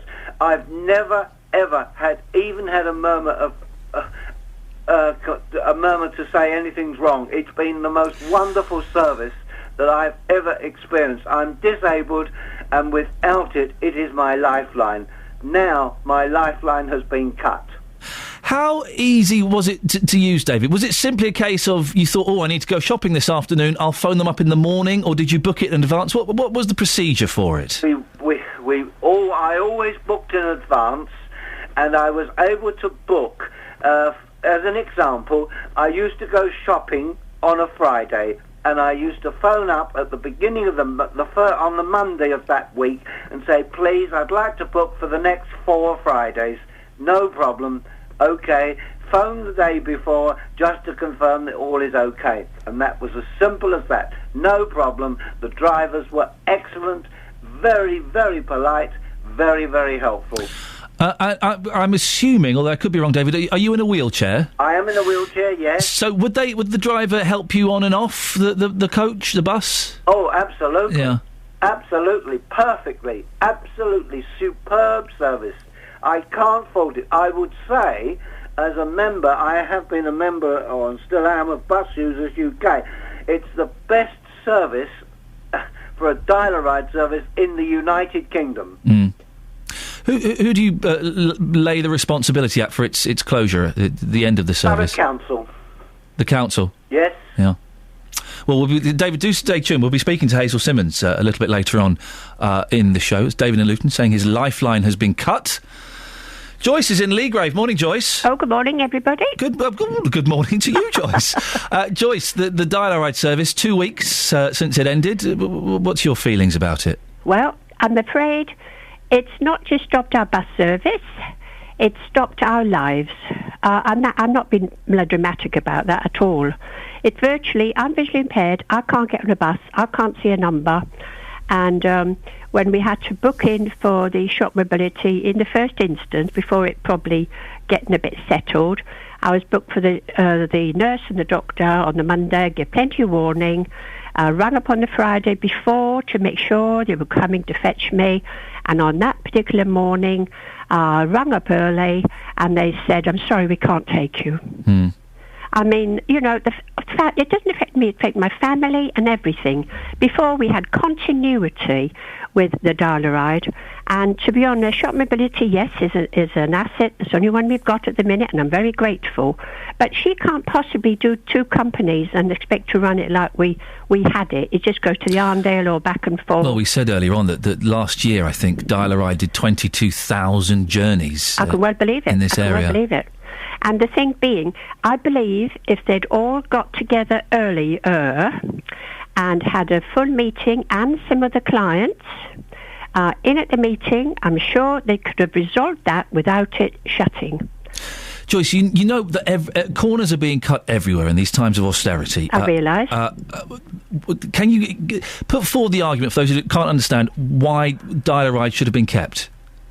Because it's our lives, and people don't realise it's not just a bus service. We can't get out of our houses without it. I mean, they haven't got an idea. It looks like on paper, and you talking about this, thinking we're going flaunting off. We're not. The shopping, the doctor's the same place in the area, down the Arndale to keep us with friendly. On the bus, there was, for instance, the last time I got on the dial-a-ride, there was a young man got on with a blind dog. And there was another lady further on. She got on and they put her hand on the rail because you can't see it. And she said, "Hi, Joyce, how are you today?" She didn't even know I was on the bus. It's just family. They've taken lots of the community of meeting on the buses as well, going to town. And it just gives us a different life. Joyce, we have to end it there. Thank you very much. Well, we'll be speaking to Hazel Simmons a little bit later on, and also one of the people behind Dial-a-Ride, to try and get to the bottom as to whose fault it is that the service is no more. 08459 455 555 7:30 BBC Three Counties Radio. Let's get the travel now with Adam. Travel news for beds, cards and bugs. BBC Three Counties Radio. Delays on the M1 southbound. It's queuing. It's partly blocked by a broken down vehicle, and that is blocking off a lane between junction 12 at Flitwick and 11 at the A505. We did have a report that one lane was blocked. It may be more than that, actually, but it's definitely looking busy on the cameras around there, and the speed sensor's picking up a queue that's tailing back a little bit beyond junction 12 now. If you're heading into London, the A1 slow southbound in Boreham Wood from Stirling Corner toward Mill Hill Circus. M25 anti-clockwise, it's stop-start traffic into the roadworks, so you're going to find it busy on the approach to Enfield and through to Potter's Bar. It's then busy again from the M1 to Watford, junction 21 to 19, before a little reprieve It gets slow again from Chorleywood down to the M4 junction 18 to 15. On the trains this morning, First Capital Connect disrupted Hertford North to Moorgate. They have overrunning engineering works at Bowes Park. One of the London-bound lines is blocked, many services being cancelled, and there's further disruption at Alexandra Palace with emergency engineering works affecting routes to and from King's Cross up toward Peterborough, Cambridge and Kings Lynn. Adam Glynn, BBC Three Counties Radio. Thank you very much, Adam. 7:31. Let's get the latest news and sport now. Is Catherine Boyle. Across beds, hearts and bugs. This is BBC Three Counties Radio. Good morning. The headlines. NHS hospitals are being accused of hiding patient dissatisfaction with the food they offer by giving themselves high marks in surveys. The Institute of Directors says HS2 is a grand folly and should be abandoned. And the RSPCA is planning a crackdown on colonies of feral cats said to be roaming the streets of High Wycombe. Three Counties Sports. BBC Three Counties Radio. Chelsea manager Jose Mourinho says Wayne Rooney has 48 hours to decide if he wants to join the club. Rooney played the full 90 minutes for Manchester United as they drew 0-0 with Chelsea in the Premier League last night. Meanwhile, Arsene Wenger says Arsenal will try to beat Fenerbahce at the Emirates tonight, even though they already lead 3-0 from the first leg of their Champions League playoff tie. Wenger says their first league victory wasn't as comfortable as it appeared. It was not as comfortable as people saw it on television. I have a big experience in the Champions League. I think I have over 150 games. And I know if you want to knock somebody out, you need attitude and commitment or you don't do it. And that's what is at stake for us. Luton Town drew 0-0 at home to Cambridge United yesterday in the conference. It was the second goalless draw in a row for the Hatters. Hatters boss John Still says they still need more creativity. First thing we've got to do is compete. If we can compete, we're good. If we can compete and add the little extra bit to it, we'll be very good. That's what we're building to. Roll on Saturday, can't wait. In Conference South, Bishop Stortford beat Bromley 1-0. Boreham Wood lost 3-1 at Staines. In the Southern Premier Division, they were wins for Hemel Hempstead, Biggleswade, Chesham, Hitchin and Burnham. And tonight, the MK Dons will hope to keep their unbeaten run intact as they take on Premier League side Sunderland in the Capital One Cup. Midfielder, I'm not nearly done yet. Oh, sorry, I'm so sorry. When you said Burma, I thought that was the cue that we were ending. Burnham. OK. Midfielder Samir Carruthers says they're going to cause an upset. Looking forward to it. I mean, it's a great stadium to go to and... hopefully we can get a result. I mean, we've got nothing to lose, obviously, as they're the Premier League team, so we're just going to go for it and hopefully we'll try and get a result. And on that bombshell, I am done. You did say Burma. Burnham. No. Play back the tapes, kids, because play back the tapes because you said Burma first and then you corrected it to Burnham. Oh, well, that's why I corrected it. It's not Burma. Well, I know it's not I don't Burma. think they play football. They might. They're probably very good. No, they won't be. You just dug yourself into a hole. Burma. I'm now not allowed to go. Call 08459 455. She's banned from Burma. BBC Three Counties Radio. Banned from Burma. Is Burma still called Burma? Didn't Burma change its name? I don't know where Burma is. What am I saying about Burma for? She started it, Governor, not me. Morning, this is Iain Lee, BBC Three Counties Radio. Hospital food? Any good? Well, we'll go to the Facebook comments in a bit if I can ever get this flipping computer to work. A few of you saying, actually, whoa, some of the hospital food I've had has been pretty decent. So maybe the CQC has got this wrong. 08459 455 555. What do you like?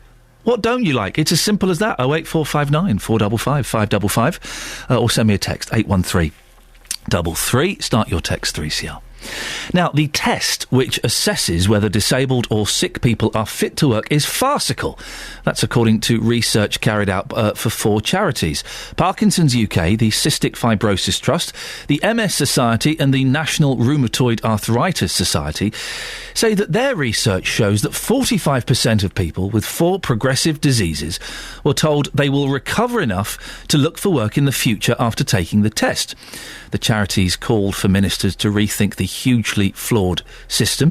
Caroline Hacker is from Parkinson's UK. Caroline, a lot of these diseases, I know particularly about MS, but a lot of these diseases, they do fluctuate, don't they? So sometimes people will not be okay for work and sometimes they will be okay for work. Well, I think what's important to remember here is that at the point where people are applying for these benefits, where they're applying for employment and support allowance, they've often worked for many years with these progressive conditions, and that's the key. These diseases are progressive, and at the point that they're applying for these benefits, they can no longer continue to work because their condition has got to such a stage that they have to give up their job. We've got one chap with Parkinson's who worked for 20 years as a computer programmer, absolutely loved his job, worked for 6 years with Parkinson's, but he was finally forced to give up work, and he hardly rushed into that decision, and it was obviously a really distressing time for him to give up the job he loved, and then to be told that actually you might get better enough to work was just devastating for him. So what did that mean? Did that mean that they wouldn't give him any benefits, or they would give him benefits but he'd have to be reassessed? Well, for this case, he wasn't given any benefits. Right. So what that meant is that not only did he lose his salary from the job he loved, but also he wasn't able to get employment and support allowance. So he was left without any income or means to support himself. Yes, that would seem to be unfair. We have had lots of complaints to this station from people who say that the assessments are cold and unfeeling and stringent, but no one seems to be listening. There's not going to be any change, is there? Well, that's the problem, I think, in a nutshell. We've been campaigning about this for many years now, and the government doesn't seem to be listening and changing these tests. Our issue is with the tests themselves, and the government needs to look at that. But also Atos, which is the company that is carrying out these tests, we hear time and time again about people going for an assessment and their benefit assessor just not understanding the condition that's presented to them. We've had one example where a person went for an assessment, and the person carrying out the assessment had to look up their condition on the internet. So the government does need to change these tests, but also those people, the company Atos that is actually carrying out the tests, they need to educate their staff, and they need to make sure that when someone is sat in front of them, that they are also listening to not only that person, but that person's healthcare professionals, so their Parkinson's disease nurse, their Parkinson's doctor, so those people that know that patient really, that know their condition inside out and know how it's affecting that person on a day-to-day basis. Atos, who do the assessments, as you're probably aware, they're notoriously reticent to speak to media outlets about things. But we did manage, a couple of months ago, I think it was, maybe 2 or 3 months ago, someone from Atos did come on the show, and they said they go through the process which is fair. They said it was fair, and very little came from the interview. Have you actually spoken to Atos? Have they been receptive to you and other groups? We have been speaking to Atos. So we write to Atos, we share case studies with them, we share materials that we've produced to help educate assessors, certainly on Parkinson's.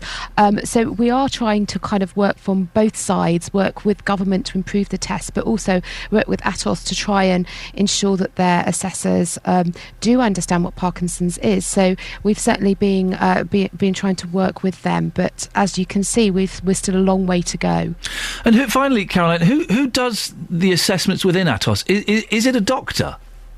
It would be a healthcare professional employed by Atos. Right. So that could range from, in some cases, a physiotherapist or a doctor. So it really does depend. Caroline, I appreciate your time. Thank you very much. Caroline Hacker from Parkinson's UK, 08459 455 555. Email 3cr@bbc.co.uk. BBC Three Counties Radio. I still can't get this blooming internet to work. I can't even get the internet. Imagine this. I can't even get the internet to close down so that I can restart the internet. So I can't look at any of the Facebook comments, I'm afraid. Hey, listen, I am downgrading my life. In many ways, I'm quite happy I can't look at Facebook. I am downgrading my life. Before I went away, you may remember, I mentioned I was getting rid of my iPhone for a brick. I've got an old brick now. Where is it? Anyway, it's in my bag. It's an old Nokia. All it does, phone calls, texts, and it's got the Snake app. That's it. It's really hard to text because it's one of those ones where you've got to press it like 3 times to get an O. And I've kind of been dipping in and out, and the iPhone is gone. I've reset it. It's in a drawer somewhere. Went on holiday. I took the brick. I checked my emails 3 times. I checked Facebook twice. Didn't check Twitter once. It was Wonderful. Wonderful. Those things are sapping our souls away. I feel like Donald Pleasance in the remake of Invasions of the Body Snatchers from the 70s, where he's going around trying to... that's not really your wife. That's not really your husband. They've been taken over by the pods. If you've seen the film, you get where I'm coming from. Well, I feel like that guy. I feel like him. No, you don't need Twitter. You don't need Facebook anymore. It's sapping your soul out of you. I've got some text here. Hospital food. Iain, the main problem with hospital food is presentation. Sorry? If only it was served on proper plates rather than plastic trays, it would look a lot more appealing. Sharon, I've only ever seen it on proper crockery. I've not seen it on plastic plates. What hospital is going to admit their food is tasteless and all smells the same? Answer, none of them.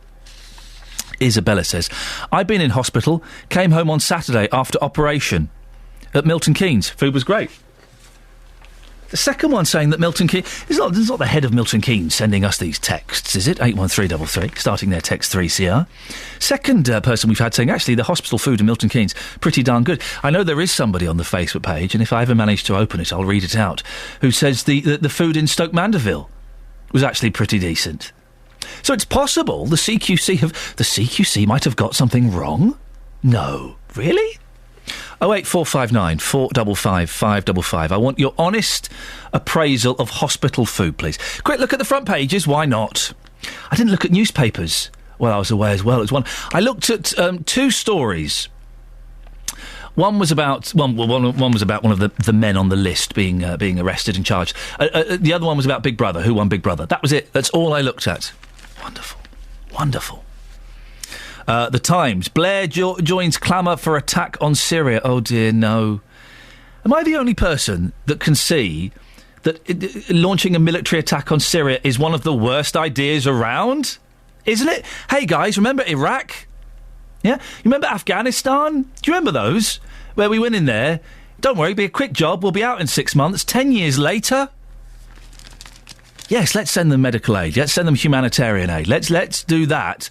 Let's not get involved with aeroplanes and bombs and troops, please. Awful idea. And there's a picture of a woman as well there. I don't know who she is. The Independent. Oh, it's him. The choir bloke is back. I don't get the attraction to this fey choir bloke. What's his name? Gareth Malone. He's got a shirt and a cardigan and a suit jacket. Well, that's just insane. The maternity gap. 50,000 women a year don't get jobs back. Miffy. I like a bit of Miffy. The Daily Telegraph. Robson takes New York by storm. Not Linda Robson. It's Laura Robson. She's won a tennis match. Oh, dear. I mean, she's still in... She's just got to round 2, has she? Oh, dear me. British fears grow over Syria strike. Cameron facing demands to set out legal justification for Western military intervention. Iraq and Afghanistan. Don't you remember anything? The Guardian. Kerry. US will act against Assad. Regime will be held accountable. Cameron cuts short holiday. His 4th holiday this year, by the way, kids. Hey, here's a fact. You know when you're in Great Britain, right... You're never more than 76 miles away from the sea. That is an interesting fact, isn't it? You're never more than 76 miles away from the sea. Daily Mail. MPs demand vote on missile blitz. The Daily Express is having a field day. I nearly said an inappropriate phrase there about dreams. The Daily Express is having a field day. Princess Diana and weather on the front page. If only they managed to cure in a fictional, fit in there a fictional cure for Alzheimer's, they'd have. I don't think the Daily Express front page could handle all 3 things at once. And the Sun, from ashes to splashes, some cricketers did a wee somewhere. Dear God. 7:45, BBC Three Counties Radio. Let's get the travel with Adam. Travel news for beds, cards and bugs. BBC Three Counties Radio. Cheers, Ian. Still looking pretty busy on the M1. Southbound, there's a queue from back up at Northampton, junction 15, down to all the Newport Pagnell services. Then problems further southbound, queues and a partial blockage. It's a breakdown between junction 12 at Flitwick and 11 at the A505. Looking at the A1 then. As you come toward the Black Cat roundabout, it's starting to get quite busy. It's slow from the Colmworth turn down to the Black Cat roundabout at present. Then busy on the A1M if you're heading further down, past Stevenage at junction 7. And into London, the A1 still looking slow in Boreham Wood from Stirling Corner to Mill Hill Circus. M25, it's stop-start traffic into the roadworks anti-clockwise past Enfield, then slow again from the M1 to Watford, junction 21 to 19, and from Chorleywood to the M4, junction 18 to 15. On the trains, First Capital Connect disrupted Hertford North to Moorgate because of overrunning engineering works at Bowes Park. Many services being cancelled this morning. Disruption also King's Cross to and from Peterborough, Cambridge and King's Lynn because of emergency works at Alexandra Palace, and Greater Anglia run with delays of about 10 minutes, Liverpool Street through to Cheshunt, Hertford East and Enfield Town because of a broken down train at Rectory Road. Adam Glynn, BBC Three Counties Radio. Adam, thank you very much. It's approaching 7:47. It's Tuesday the 27th of August. I'm Iain Lee, and these are your headlines on BBC Three Counties Radio. NHS hospitals are being accused of hiding patient dissatisfaction with the food they offer by giving themselves high marks in surveys. The Institute of Directors says HS2 is a grand folly and should be abandoned. In sport, the Manchester United manager, David Moyes, has refused to deny his side's reported interest in Tottenham's Gareth Bale. Coming up, we'll be talking more about the Dial-A-Ride service. Are you affected by it? 08459 455 555. Beds, Herts and Bucks weather. BBC Three Counties Radio. Good morning. Well, some of us have a bit of a fog issue this morning. There's some patchy fog. Some places don't have any, others very thick fog. So the Met Office has issued a yellow weather warning. Eventually it will start to burn back and we'll be left with blue sky and sunny intervals. Temperature, we're looking at getting up to around 23 Celsius later on this afternoon in the light northeasterly breeze. Some pleasant sunshine to end the afternoon, or to end the day rather this evening. But once the sun sets, some clear spells at first, but it's a repeat performance of the night we've just had. Some low cloud, mist and fog will start to develop through the second half of the night, leading to a rather misty start tomorrow morning as well. Minimum temperature 12 Celsius. Once the mist clears tomorrow, it's a similar sort of day, a degree or two cooler, but still pleasant in the sunshine at 22 Celsius, 72 degrees in Fahrenheit. It's as we head through the rest of the working week, we'll notice more cloud and it'll also start to feel a little fresher. That's your forecast.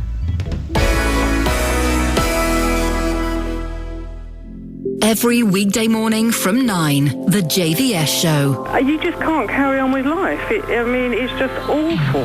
With the biggest opinions. It's about time somebody or an organisation has stood up and basically snort the coffee. Well, it depends on the individual, actually. Let's pollute the planet even more. We should pollute it so much your Pinot Grigio goes rotten. And the biggest local talking points. What we really need to do is for everyone in the country to reduce their energy consumption, not increase it. The JVS Show, weekdays from 9, BBC Three Counties Radio.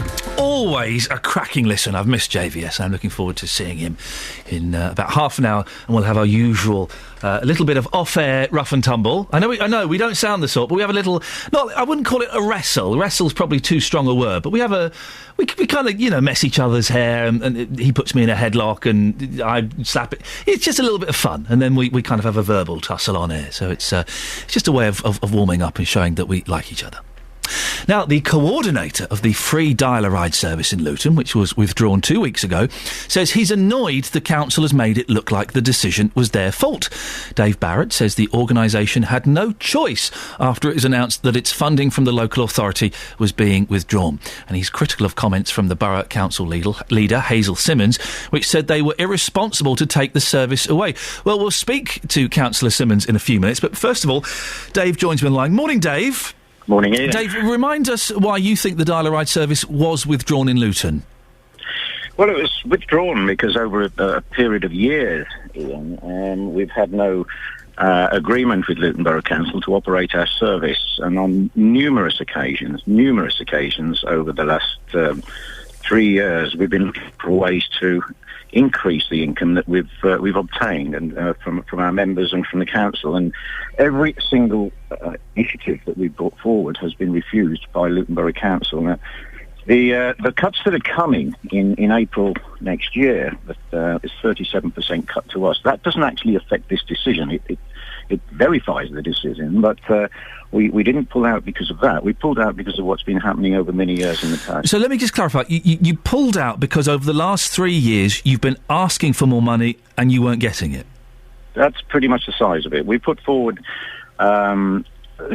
membership scheme idea where members of Dial-A-Ride would pay annually or otherwise to be part of our scheme. We were told by the council then that if we brought that in, they'd take that money off our grant that we received.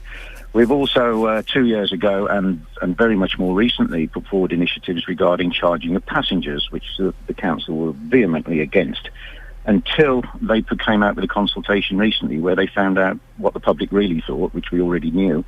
And they said they would approve charging, but that's not going to be in place until April next year. We need to charge now. We put forward 3 more initiatives about charging now, which, again, were all turned down.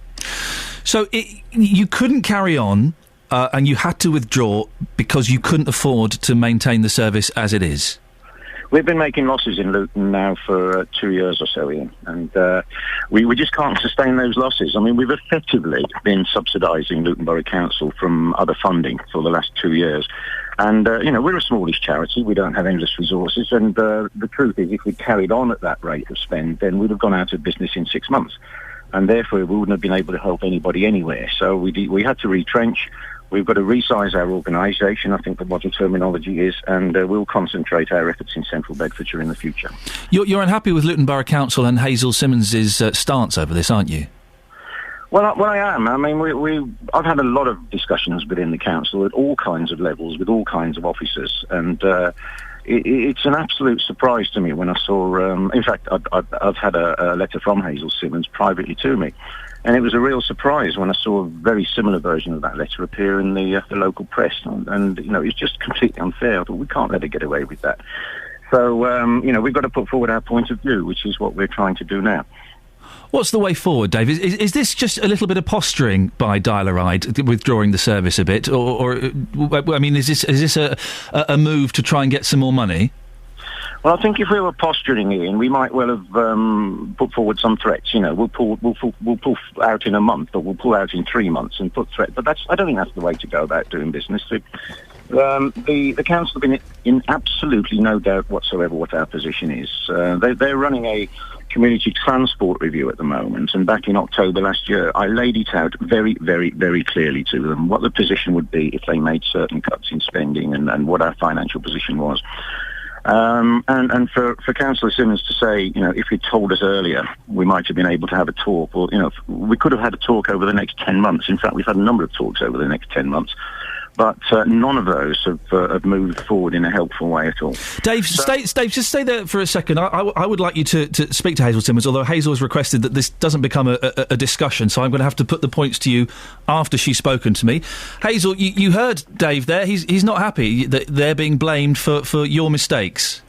Well, we're not very happy, and I'm absolutely appalled at the decision that they gave us exactly 2 days to continue to provide a service for some of the most vulnerable people in our community. Now, we're very grateful to Dial-A-Ride, both to Shop Mobility and to Age Concern, who have helped us put a service, albeit an interim service, in place since this... If they'd have carried on the service, Hazel, they would have gone bust in 6 months. That was not the decision that came to us. We were told that they were having financial difficulties.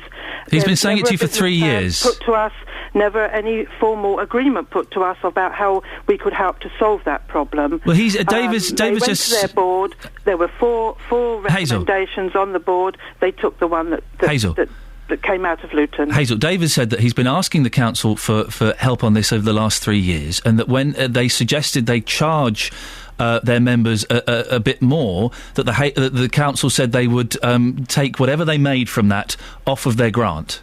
Well, I need to explain that David received funding through grant and concessionary bus passes. Right. Therefore, and that wasn't enough to maintain the service. We have a statutory scheme that goes into place. We have to give The scheme came in December. The earliest date we can stop that is April next year. Therefore, we've clearly given them a year's notice that we can work with them over the next... That was what we were hoping to do, to work with them over the next year. They can't last for 6 months, Hazel. That's what Dave just said. Well, that's the first we've heard, that he could only last for 6 months. Hazel, can I ask, why don't you want to talk to Dave about this? Well, I see what I was trying to say was the tit-for-tat argument on the radio is not a sensible argument. No, it wouldn't be a tit-for-tat. It means... For me, the issue now is to provide a service for my community. No, surely the issue, Hazel, is for you to try and reach a compromise. What is ridiculous is the fact that Dave's there, and because you've requested it, I'm not allowed to put you through to Dave. I have to report back what you said. Well, I'm happy to talk to him. OK, Dave, put your point to Hazel. Well, I think Hazel probably heard what I was saying to you earlier. She made the point just there about we pulled out at 2 days' notice. Again, that's not true, and there's a number of reasons as well why we did pull out at 2 days' notice. In fact, it was over a week's notice from the council point of view. They did know, and they could have stopped it in that week's time. But no organisation can pull out at 2 days' notice if they have a contract, if they're tied down to a termination period. And it's quite common in council circles to have service level agreements and other contractual arrangements, which I feel then shows a responsibility to their members, to their residents who pay taxes, that they are trying to protect the service. And in this particular case, there's been no contract in place for 7 years. We sat down 2 years ago with a pen hovered above a contract ready to sign it, and again the council refused to sign it. So I took at that point that they actually were abandoning their own passengers. Dave, let's put that to Hazel. Hazel, your reaction? I'm not answering the argument about the service level agreement in detail, because obviously that was a negotiation that was going on and is was still going on right up until the decision to pull out of Luton. As you know, there's always a negotiation around service level agreements and contracts. The issue for me has always been the fact that we literally had 2 days' notice. Just out of the fact we've worked with Dial-A-Ride as a charity for over 20 years, on various services throughout that time. They provide services in Luton for that time, and we would have thought, just out of the fact that there is an agreement verbally with us for the moment to provide this service, that they would have given us a little bit more time than 2 days' notice. You're right, Hazel. Hazel, just out of fairness, I would have thought we would have expected that. Hazel, listen, you said you don't want tit-for-tat. I don't want tit-for-tat. I want to see what we can do to get this forward. Dave, what do you need from Hazel to be able to bring this service back? That we've had people like Joyce and Dave calling in saying this is their lifeline. What do you need, Dave, to get this service back? We need to sit down and have a sensible discussion. I mentioned the community transport review that's undertaken at the moment. I mean, that may decide when it makes its judgment. It may decide that South Bed's Dial-A-Ride was the best way of performing Dial-A-Ride services in Luton, but it may decide that Shop Mobility are the best, or it may decide that the passenger transport units at the council are the best, so, Dave, any other contractor. We're running out of time. We're running out of time. So you want to sit down and have a chat, but ultimately, I guess you need more money, do you? Well, we either need more money to run the same service, or we need the same money to run a smaller service. Okay, and, Dave, we kind of put those proposals forward too.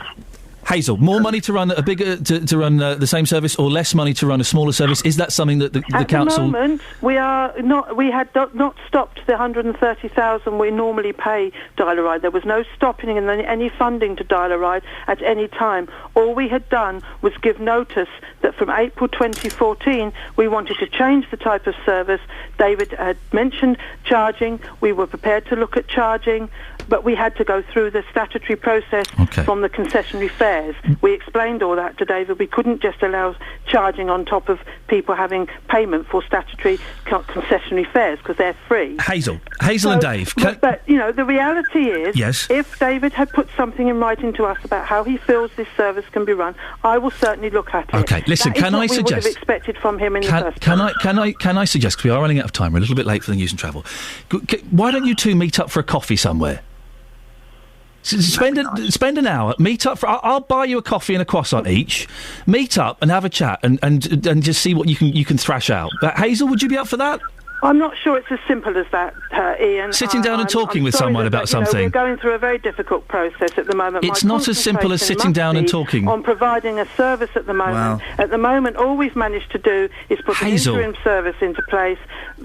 Sit down and talk with him. Find something in the longer term. Dave, Hazel. David and Hazel, I meeting up isn't going to solve this problem. We need to have a proper conversation and a proper business conversation. Have a coffee. No, but listen to me, Iain. We need to have a proper business plan Hazel, about what he needs. Hazel, that's not clear. Hazel, just put all of that business stuff to one side. Why don't you start by going to a Costa and sitting down and just having a chat for an hour, just seeing and having a chat. Put those disabled and those elderly people to the forefront of your mind. I will meet with him and have a coffee. Right, Dave. Will you meet with Hazel and have a coffee? Yeah, I was up for it straight away. Right, good. Okay, no, stop there. Both of you stop there. They're going to meet for a coffee. Right, producer Tara, make this happen. I'll send them a tenner. I'm paying for the coffee. They'll even have a croissant. Don't get crazy. Medium size, please. Right, I feel we've made progress. We're incredibly late for the travel. I can only apologise. Adam? Travel news for beds, cards and bugs. BBC Three Counties Radio. Cheers, Ian. M1 southbound still queuing from Northampton toward the Newport Pagnell services, and further southbound there's a part blockage because of a breakdown between Flitwick and the A505, junction 12 and 11. That's now slow back to Bedford at junction 13. A1 queuing at the Black Cat roundabout, slow along the A1M past Stevenage and then into London, delays through Boreham Wood.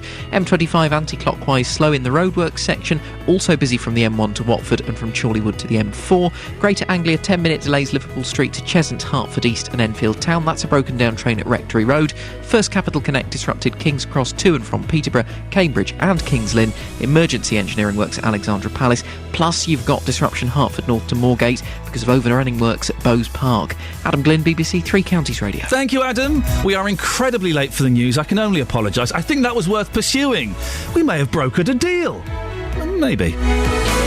On FM, AM, online and digital radio. This is BBC Three Counties Radio.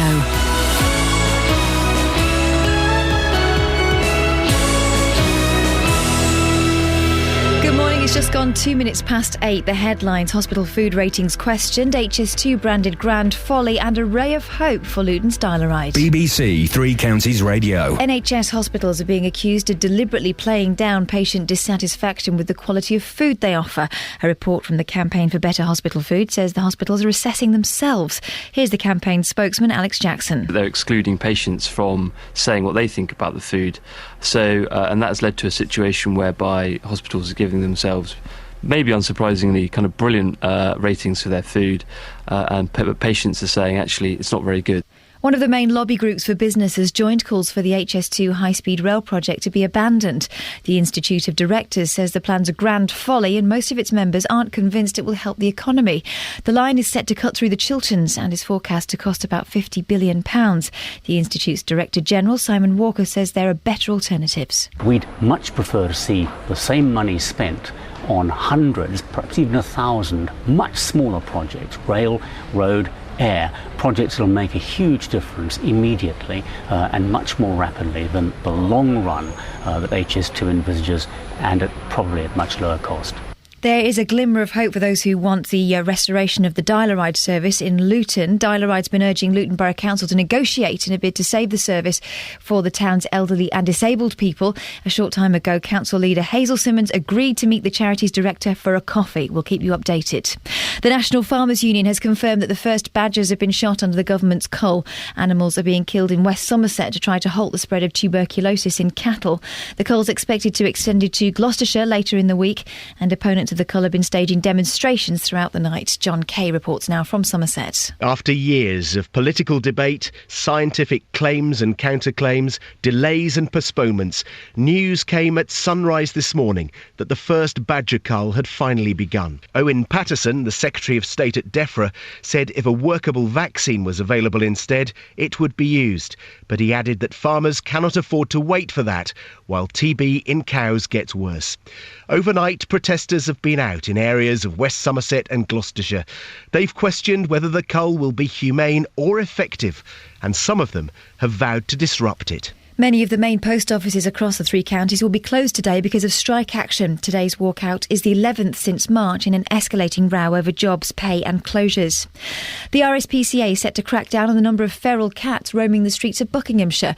Colonies with as many as 30 animals are said to be in High Wycombe, with the charity recruiting volunteers to trap the wild cats and take them to the vets to be neutered before being released.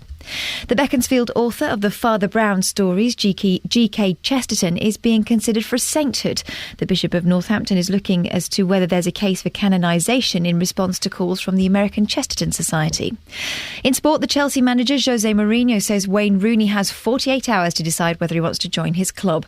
Rooney played the full 90 minutes for Manchester United as they drew 0-0 with Chelsea in the Premier League last night. The weather clearing up this morning to become dry with warm sunny spells and a top temperature of 22 degrees Celsius, that's 72 Fahrenheit. Get the latest news and sport online at bbc.co.uk/3counties. Call 08459 455 555. BBC Three Counties Radio. Morning. Coming up in the next 30 minutes, Syria, Badgers and JVS. What a heady mix. Well, speaking of Syria, it's on the front page of a lot of the newspapers. America has given its clearest indication yet that it's prepared to launch military action in Syria. The White House condemned President Assad's forces for using chemical weapons against civilians. A decision on what action will be taken is expected from President Obama within days. Well, I'm joined now by Professor Edward Spears. He's the Professor of Strategic Studies at the University of Leeds. Also written 5 books on the issue of chemical and biological warfare. Good morning, Professor. Do we know what was used in Syria in this chemical attack? No, we don't at the moment, and that's exactly what the UN inspectors are trying to establish. And do we know for sure that this came from the government and not the rebels? We don't know that either. So we don't know much, do we? This is the thing about Syria, is we don't quite know much about exactly what's going on. That would surely mean launching some sort of offensive is perhaps a little foolhardy. That is true, except the one allowance you must give to the governments of the United States and the UK and France is they may have other sources of information that they're not made public. They could be intelligence intercepts, for example, or they may even have operatives on the ground giving their own sources of information. So, there is that caveat. We've had that before, though, didn't we? Weapons of mass destruction, anybody? So they don't always get it right. No, the precedents aren't good. I know we're running out of time, but finally, how easy is it for places like Syria to make large amounts of chemical weapons without the rest of the world knowing? Do they need to import? Can it all be done in-house, so to speak? Oh, it can be done in-house. They've thought to been doing it since the 1980s. This is World War II technology, after all. The nerve agents, and mustard is World War I. It's not rocket science. Do you think we should get involved on a military level? I think we should wait and get all the evidence and then consider what, if we're going to take military action, what's the backing or not from the UN, and then what can that military action achieve? And we've got to be concerned about mission creep. The Professor Edward Spears, I know we're out of time. I could speak to you all morning about that. Fascinating. Thank you very much. Professor of Strategic Studies at the University of Leeds. It is interesting, isn't it? He said, well, you never know what inside information they've got. We had inside information about Iraq. Do you remember? There were definitely weapons of mass destruction that could hit us within 45 minutes.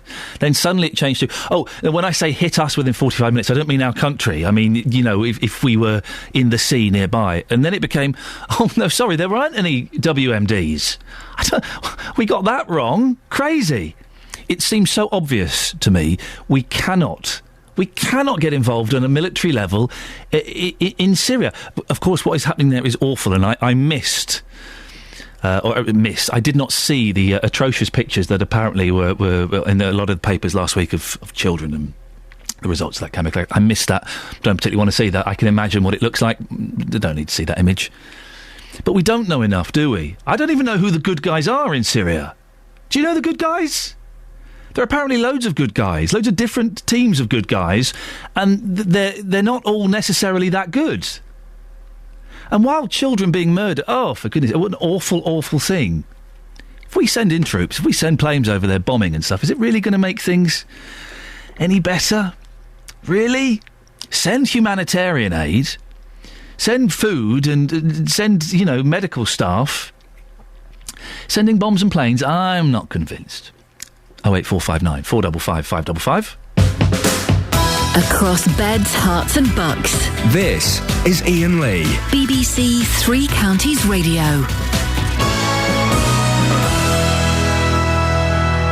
The National Farmers Union has confirmed that the government's planned badger cull has begun after years of argument and debate. Over the next 6 weeks, about 5,000 badgers are expected to be killed in 2 pilot zones in Somerset and Gloucestershire. Ministers say the cull is necessary to tackle TB in cattle, which can be spread by infected badgers. But there are plenty of people who do not agree with the cull. I'm assuming that Jack Reedy from the Badgers Trust is one of them. Good morning, Jack. Morning. What are your thoughts on what's happening? I think it's a terrible, terrible waste. It's been a terrible waste of some very, very hard scientific work. It's a terrible waste of money for the farmers who've got to pay for it all. And at the end of the day, it's a terrible waste of effort that will have nothing like the benefits that are being claimed by Mr. Patterson this morning, in fact, in his statement on the radio, on the BBC radio. Badgers spread TB to cows, true or false? No, they don't. False. They can be infected at the same time as cattle are infected. That's practically inevitable with a disease like TB, which is able to jump from one species to another. What happens is that when the two species have the disease, there is some transference of disease from one to the other. You can't say that that isn't true. But it's grossly over the top to say that badgers have anything more than a marginal effect on the total breakdown of animals with TB, of herds with TB. So, if you're saying it's going to have a minimal effect, a negligible effect on the amount of cows that get... No, it's not me who says it, it's the scientists who say it. Well, but some scientists are saying the other thing, aren't they? Some scientists are saying, well, actually, no, we do need to kill these badgers because they do infect. Oh, yeah. Who is that? Well, scientist? Well, I don't have any specific names. It's the global warming argument, isn't it? So one side says one thing, one side says the other, and the people in the middle are left scratching their heads.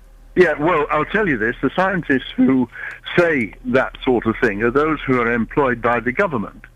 And, of course, you would say that, wouldn't you? Because if you're a civil servant, you've got to do what the ministers say. And it's the ministers that are responsible for this. And what we heard from Mr. Patterson over the last week or two has been nothing but raw propaganda. For one example, he talks about other countries that have address the wildlife problem, that is, kill the wildlife, to solve their TB problem, assuming that the one followed the other. Now, we eradicated TB in this country after the Second World War. We brought it down from 25,000 cattle killed a year in 1950 to about 500. And that level, plus or minus 1,000, lasted for 20 years. Now, that is a vast difference from 25,000 down to 1,000, and that was in the United Kingdom, and no badgers were killed. Now, Mr. Patterson doesn't tell us that. And the other thing he doesn't tell us about Ireland, where he bragged this morning that Ireland had solved its TB problem by killing badgers. Well, yes, Ireland did bring down its TB problem considerably. It halved it in 9 years, whereas Northern Ireland, which did not kill badgers, halved its TB problem in 9 years, and the two things happened more or less in parallel. Now, nobody ever says what happened in Northern Ireland. They only go on and on and on about what happened in Southern Ireland. And that's where the difference is, you see. Well, now, Jack, you mentioned the Environment Secretary, Owen Patterson, who is behind all this. Let's have a quick listen. Here's the man himself. Let's see what he's got to say. We've had 300,000 cattle slaughtered in the last 10 years, and we're the only country with a big dairy industry and beef industry which has tried to address this horrible bacterium only in cattle. All the other countries I've been to, America, New Zealand, Australia, they've also addressed the disease in wildlife, and they've got this horrible disease under control. You don't agree, Jack? Yes, I did hear that. Now, the difficulty with that is that, of course, again, it misses out what we've done in this country.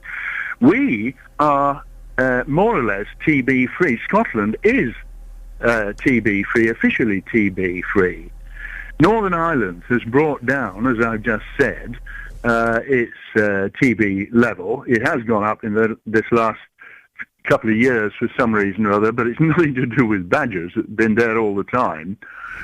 And in England, most of the country is TB-free. It's in parts of England where the problem is. Now, the EU has insisted on Britain bringing in measures, what you might call on-farm measures. That is to do with movement of cattle, to do with cattle holdings, moving cattle between farms, moving them to shows, and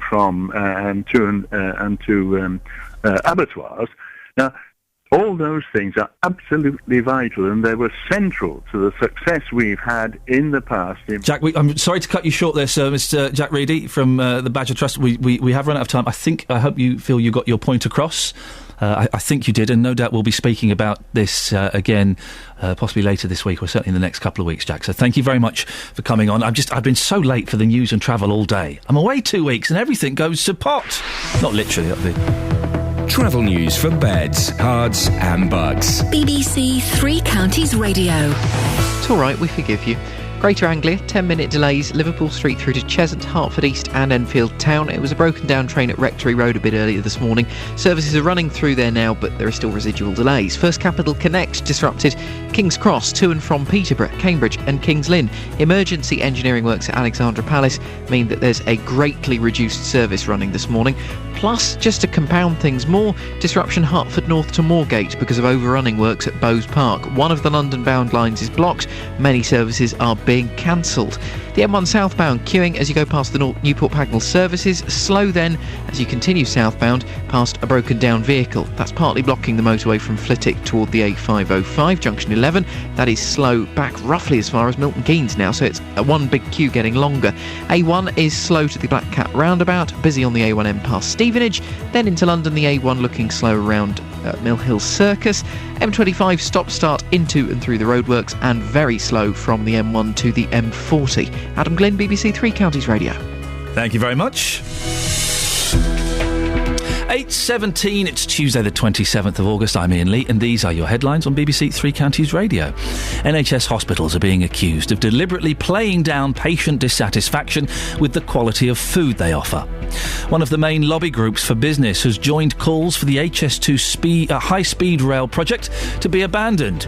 In sport, Jose Mourinho has given Wayne Rooney 48 hours to decide whether he wants to join Chelsea and play more football there.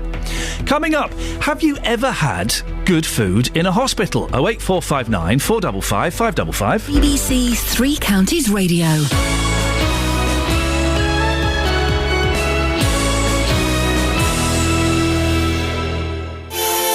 5 days, 9 matches, and one place to hear them all. The football marathon continues tonight here on BBC Three Counties Radio. Shapes for a shot and puts it in, Ben Reeves! Attentions turn to the League Cup, and after success in the opening round, MK Dons travel to Sunderland, hoping to return with a Premier League scalp. And into the net by Jason Banton. His first goal for the Dons. Three Counties Sport, tonight from 7, here on BBC Three Counties Radio. I'm just arguing with JVS, who is, well, A, you smell fragrant. Let's get the niceties out of the way. You smell nice. Thanks. And then you just said that you need another holiday. You're constantly on holiday. I barely recognise you. No, I haven't had a proper holiday. I need a week in Frigiliana in my Speedos, and then I'll really feel as if I've relaxed. I don't like beaches. No, I'm not very keen on beaches either. I don't like the sand or the people. I don't like the people. I don't want to see your boobs, sir. But also, you go into the you go into the water. I saw so many backsides. I think I can say. Yes. I can't say what I was going to say. You go into the water, and then you come out of the water, and then you're covered in sand. There's no way of getting from the water to your lounger without getting covered in sand. Lounger? Look at you. You pay for the lounger. I don't mind paying €7 for 2 loungers and an umbrella. No, I do not mind. Look at that. I've always wondered who those people were. TV money. TV money. I'll pay the €7. Really? Yeah, I don't mind. Imagine what it's like for the rest of us who just have to put our towel down on said sand. You peasants. You peasants. So, have you got another holiday booked up? You probably have. Oh, yes. I think I've only taken... I had a week off because my son was in hospital, and I've had these 2 weeks off. This is the first holiday I've taken since I've been here. And a whole it's done year. you good. Look at you. You look relaxed. You've lost your pasty face. You look positively healthy. Oh, thank you. That won't last. We'll try and write that as much as we can. What have you got on your show today? Well, it probably won't surprise you to learn we're discussing Syria on this morning's Big Phone-In. And, well, I have a sneaky feeling lots of people will have a view on this. I'm asking, should Britain get involved in the Syrian war? UN chemical weapons inspectors are due to start a second day of investigations into last week's attacks in the suburbs of the Syrian capital Damascus. The UN team came under sniper fire as they tried to visit an area west of the city yesterday. Now, US Secretary of State John Kerry has said there's undeniable evidence of a chemical attack. The US and its allies, which of course includes us in Great Britain, are now considering military strikes. The question is, should we be getting involved? Your views this morning from 9. I know I heard you earlier saying absolutely we should not. No, I don't think we should. You think it'd be a mistake? Well, we were in Iraq for 10 years, Afghanistan for 12 years, and we were lied to, maybe too strong. We were mistaken about the reasons for going into Iraq. We don't know anything about what's going on in Syria. I don't know. Do you know who the good guys are? Well, we know who we believe are the good guys. But even the good guys are a little bit dodgy. You know, there are all kinds of these political factions. The good guys are split into different groups. Listen, what's happening over there is awful. I don't think military action is the right thing. But whoever decided to gas their own people, and certainly what those who you would imagine have far greater intelligence than you or I would have, they seem to believe that it was Assad. They believe that he is the man who is killing his own people. I mean, even before the chemical attacks, I watched a documentary on Syria a while ago, and you see the bombs falling and children being crushed in buildings as their houses collapse. And these were weapons that were being dropped, bombs that were being dropped by Assad and by the government on their own people in the country. And when you see that happening, and you think, well, for how much longer can the rest of the world just stand by and let it happen without trying to bring it to some kind of conclusion, without trying to stop whoever seems to be taking it to these real extremes? If we get involved, we're not under threat at the moment. If we get involved, Iran have already said, yeah, you're going to regret that. Once Iran starts getting involved... And Russia. Yeah, and Russia. I think that military action would not be helpful to anybody.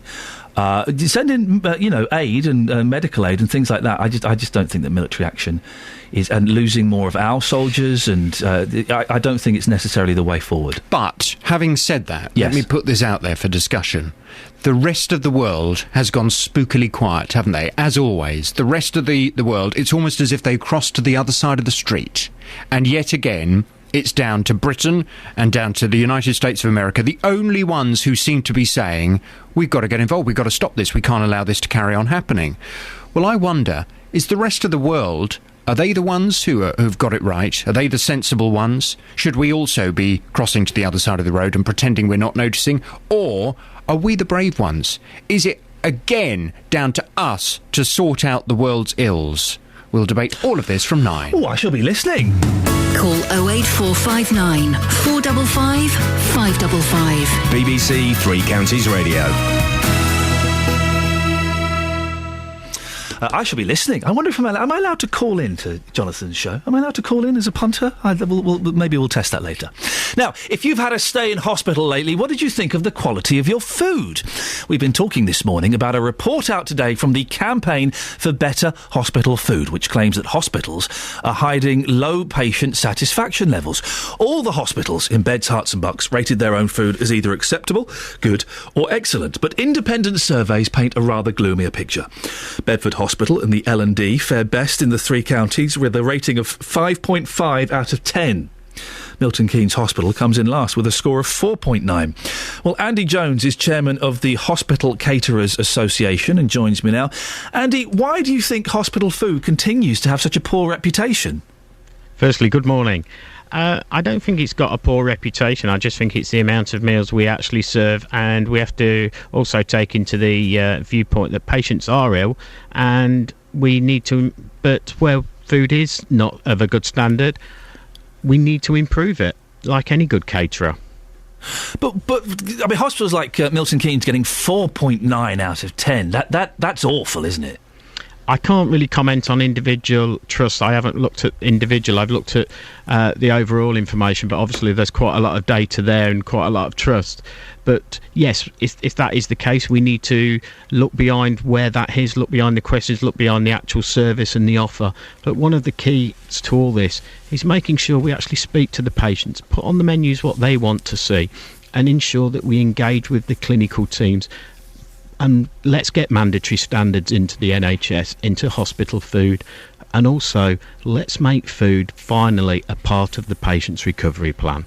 It's confusing. I'm not sure who to believe on this, Andy. I have been in hospital, and my little boy was in hospital recently, and the food was shocking. Milton Keynes getting 4.9 on this survey. Yet we've had lots of people calling in today saying, hang on a second, Milton Keynes food was excellent. Who do we believe here, Andy? I think it's we need to believe everyone. But when you're in hospital, as I've said before, you're not well, so food can taste different, it can be served differently, but it doesn't matter what type of food it is. It's that ward's end service which we've campaigned for. We've just recently issued a guide, updated a guide and reissued out. It's the communication, but it's that ward end service. If meals arrive on the ward and not served immediately and go cold, they can be a 5-star a la carte meal or a McDonald's type meal, but you won't eat cold meal. It's never the same. But I just have to say, of course, McDonald's excellent meals, by the way, just because, as we know, they're highly litigious. What would you like to see change, Annie? Do we need a complete rethinking of the meal system? No, I don't think it's a complete rethink of the meal system. We need mandatory, the nutritional standards to be made mandatory. We need product standards to be made mandatory. But above all, we need a minimum food cost. There is no minimum food cost set in the NHS. Andy, thank you very much indeed. That's Andy Jones, chairman of the Hospital Caterers Association. I finally got my computer to work, so I can read your Facebook comments. Jason says, let them thank... let me read this again. Let's thank them for feeding us when in there, I suppose. As with all cutback, etc., it's a wounder. We don't have to supply our own or buy takeout when in there. And then Lisa, a little bit later on, says, I can't understand what Jason is trying to say, sorry. Satine says, best meal I had in hospital was one brought in. The food is variable. I experienced missing meals at times. Truth is, meals need supplementing with a bit of fruit. A little bit of fresh fruit on the plate. Do you want a banana, an apple or an orange? Oh, I'll have a banana, please. That would help, wouldn't it? Good point, Satine. Lynn says, my mum was on Ward 10 medical unit at Stoke Mandeville.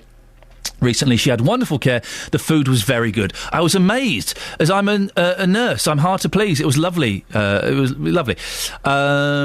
Jackie says, if you choose right, you can have a starter, a main and a pudding plus fruit. And if you have a diet with low fat or no sugar, it tells you on the menu. Jane says, the food was fine when I was in NK Hospital. A menu came round the night... Another one speaking up for Milton Keynes. A menu came round the night before for you to choose what you wanted. And Velvet says, that food in the picture looks disgusting. Oh, we put a picture up there. It doesn't look... I think it's one of those... You know, you can buy tins of baked beans that have sausages in. Imagine being so lazy, think, I really want beans and sausages. I just can't be bothered to cook two things separately. If only there was hey, there is! Wow! And Ruth says, finally, our patients have top-class Provençal food at my hospital. It's as good as a 5-star hotel. Sorry, I forgot to say I work in a top London private hospital. Oh, dear. Well, that would explain it, wouldn't it? Coming up to 8:30, let's get the sport. Eventually... Oh, no, that's not the sport at all, and we don't want the sport, we want the travel, for goodness sakes, Iain. 2 weeks away, and I can't remember how this show works. I mean, he can give us sport if he wants, I don't mind. Travel news for beds, cards and bugs. BBC Three Counties Radio. England played some cricket. Laura Robson played some tennis. I think we will stick with the travel, actually. Okay. Adam, Greater yes, thank Anglia you. then. 10-minute delays at the minute. Liverpool Street to and from Cheshunt, Hertford East and Enfield Town. There was a broken down train at Rectory Road that caused those delays. Bigger problems, though, for First Capital Connect. They're disrupted King's Cross to and from Peterborough, Cambridge and King's Lynn because of emergency engineering works at Alexandra Palace, so they're running a greatly reduced service this morning. Additional problems at Bowes Park. That's causing disruption Hertford North to Moorgate. Many trains are being cancelled and one of the London-bound lines is blocked. Southbound M1 queuing after a breakdown a bit earlier from Flitwick toward Luton and Dunstable Junction 12 to 11. The congestion is still back to Junction 14 at Milton Keynes. A5 in Luton looking slow between the A505 and Houghton Road. There are some delays in St Neots on the westbound A428 toward the Black Cat roundabout. A1 slow there as well. A1M then busy as you go from Hitchin towards Stevenage, and then into London there are delays from Apex Corner to Mill Hill Circus. Not even looking at the M25 yet. Anti-clockwise, that's stop-start in the roadworks section and very slow from the M1 round to the M40. Adam Glynn, BBC Three Counties Radio. Across beds, hearts and bugs. This is BBC Three Counties Radio. Good morning, it's 8:30 with the headlines. I'm Catherine Boyle. NHS hospitals are being accused of deliberately playing down patient dissatisfaction with the quality of food they offer. One of the main lobby groups for business has joined calls for the HS2 high-speed rail project to be abandoned, and the National Farmers Union has confirmed that the first badgers have been shot under the government's cull. Three Counties Sports. BBC Three Counties Radio. Jose Mourinho says Wayne Rooney has 48 hours to decide whether he wants to join Chelsea. Rooney played the full 90 minutes for Manchester United as they drew 0-0 with Chelsea in the Premier League last night. Mourinho's already made 2 failed bids for the striker and believes Rooney needs to come out and say whether he wants to leave United or not. It's time for the good of everyone to finish the story, to one side or to the other side. He played very well, a real professional. Play for the club that pays him. Tried to win, tried to score. He was fantastic. After that, he wants to leave. He has to say. Another 0-0 draw last night, this time for Luton Town at home to Cambridge United in the conference. It was the second goalless draw in a row for the Hatters, and manager John still believes there's room for improvement. I thought we started a little bit slow, but I thought we come strong into it, and probably 2 teams cancelled themselves out. We're good. I think we're good in most areas at the moment. Not good going forward, not good in the final third. End product not good enough. That's down to players not performing in the manner that we hope they'll perform. In Conference South, Bishop Stortford beat Bromley 1-0 and Boreham Wood lost 3-1 at Staines. In the Southern Premier Division, there were wins for Hemel Hempstead, Biggleswade, Chesham, Hitchin and Burnham. And MK Dons will hope to keep their unbeaten run intact tonight as they take on Premier League side Sunderland in the Capital One Cup. Midfielder Samir Carruthers says they're going there to cause an upset. Looking forward to it. I mean, it's a great stadium to go to, and hopefully we can get a result. I mean, we've got nothing to lose, obviously, as they're the Premier League team, so we're just going to go for it and hopefully we'll try and get a result. And that's your latest news and sport. I'll be back with more at 9 o'clock. Call 08459 455 555. BBC Three Counties Radio. Coming up in the last 30 minutes of the show, we'll have more on badgers. What do you like? What don't you like? Very simple. I like reading books about drunk actors, Oliver Reed and Robert Mitchum. I don't like chocolate ice cream. I can't stand chocolate ice cream. I've only just recently realised that when I'm eating it, I'm not actually getting any pleasure from it. It's unpleasant. Vanilla all the way. Pistachio is very big in Greece. Your favourite producer, Tara? Really? What genius went, you know what flavoured ice cream we need? Nut. We need a nut-flavoured ice cream. We'll make it green so that some people, like Iain, thinks it's mint, so his mouth's all set for mint, but it'll be nut. That will confuse him. It's a strange one. Tutti Frutti. Tutti Frutti and rum and raisin. No one needs those. No one enjoys a Tutti Frutti. Remember as a kid getting a Tutti Frutti ice cream? It's got those little bits of chewy fruit. Oh, it's horrible. Absolutely horrible. And rum and raisin, no. Why are you typing? You're typing weird stuff on my screen. What is... Producer Tara, put your headphones on. Chocolate, caramel and peanut. Are they the names of your children? I don't think these work. Oh, bless you. Are they the names of your children? It could be, couldn't it? Why have you typed those on the screen? Chocolate, caramel and peanut. Delicious mix. It's like a Snickers in an ice cream. I don't like nuts and chocolate either. Nuts and chocolate do not go together. Anyway, we're going off on a tangent. We'll talk more about that a little bit later on if we really do run out of things to say. Now, sources within the National Farmers Union have confirmed to the BBC that the badger cull has begun. Lots of speculation if it would begin in Somerset overnight, and it has. Anti-cull demonstrators gathered in the cull zone and also in Gloucestershire to oppose the animals being shot as part of a plan to reduce cases of bovine TB.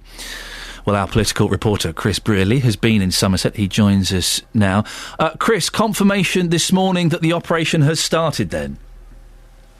Yes, indeed, Ian. You join me here on a car park just outside of the Somerset town of Watchet, which has been made into a kind of a makeshift camp for some of the protesters here. Yes, the first shots have been fired in this very, very controversial cull. Over the next 6 weeks in this area, 50 badgers a night will need to be culled if it is to be successful. Gloucestershire is the next place. 70 badgers will have to be culled there over a 6-week period. It's interesting, actually, in terms of the size of this area. In terms of the cull areas, the zones, it's around about the size of the Isle of Wight. It gives you a sense of the scale of this. Ultimately, people here, the protesters, went out last night. They were saying to me, we have to do something to stop this dreadful thing from killing the badgers. But ultimately, the government says we need to do something because 28,000 cattle countrywide have been slaughtered in the last year because of bovine TB. Relatively quiet night, though, was it, where you were? Yes, it was bizarrely. I mean, I think that gives you a sense of in terms of the scale of the areas. We're on the edge of Exmoor, where I am this morning, and around about 2 o'clock in the morning, we were here on this camp with a number of the campaigners, about 20 or so, and they said we're hearing rumours the cull could be underway in this nearby farm. So we trundled down very narrow lanes, and we spent probably around about an hour or so walking around, trying to see if we could hear shots going ahead. Nothing. It was deadly silent. We didn't see any badgers, but it gives you a sense, actually, I think, of the scale of it, because of the areas. It is a huge area, and yes, I left here around about 4 o'clock this morning to get a few hours sleep to come back, and I assumed the cull had not started, but the NFU have confirmed in a letter to farmers saying yes, it's underway because we needed to do something, and hopefully this will appease the farming community. Chris, you lightweight, get a strong coffee and work all through the night, young man. That's the situation in Somerset. What's happening in Gloucestershire? Do we know?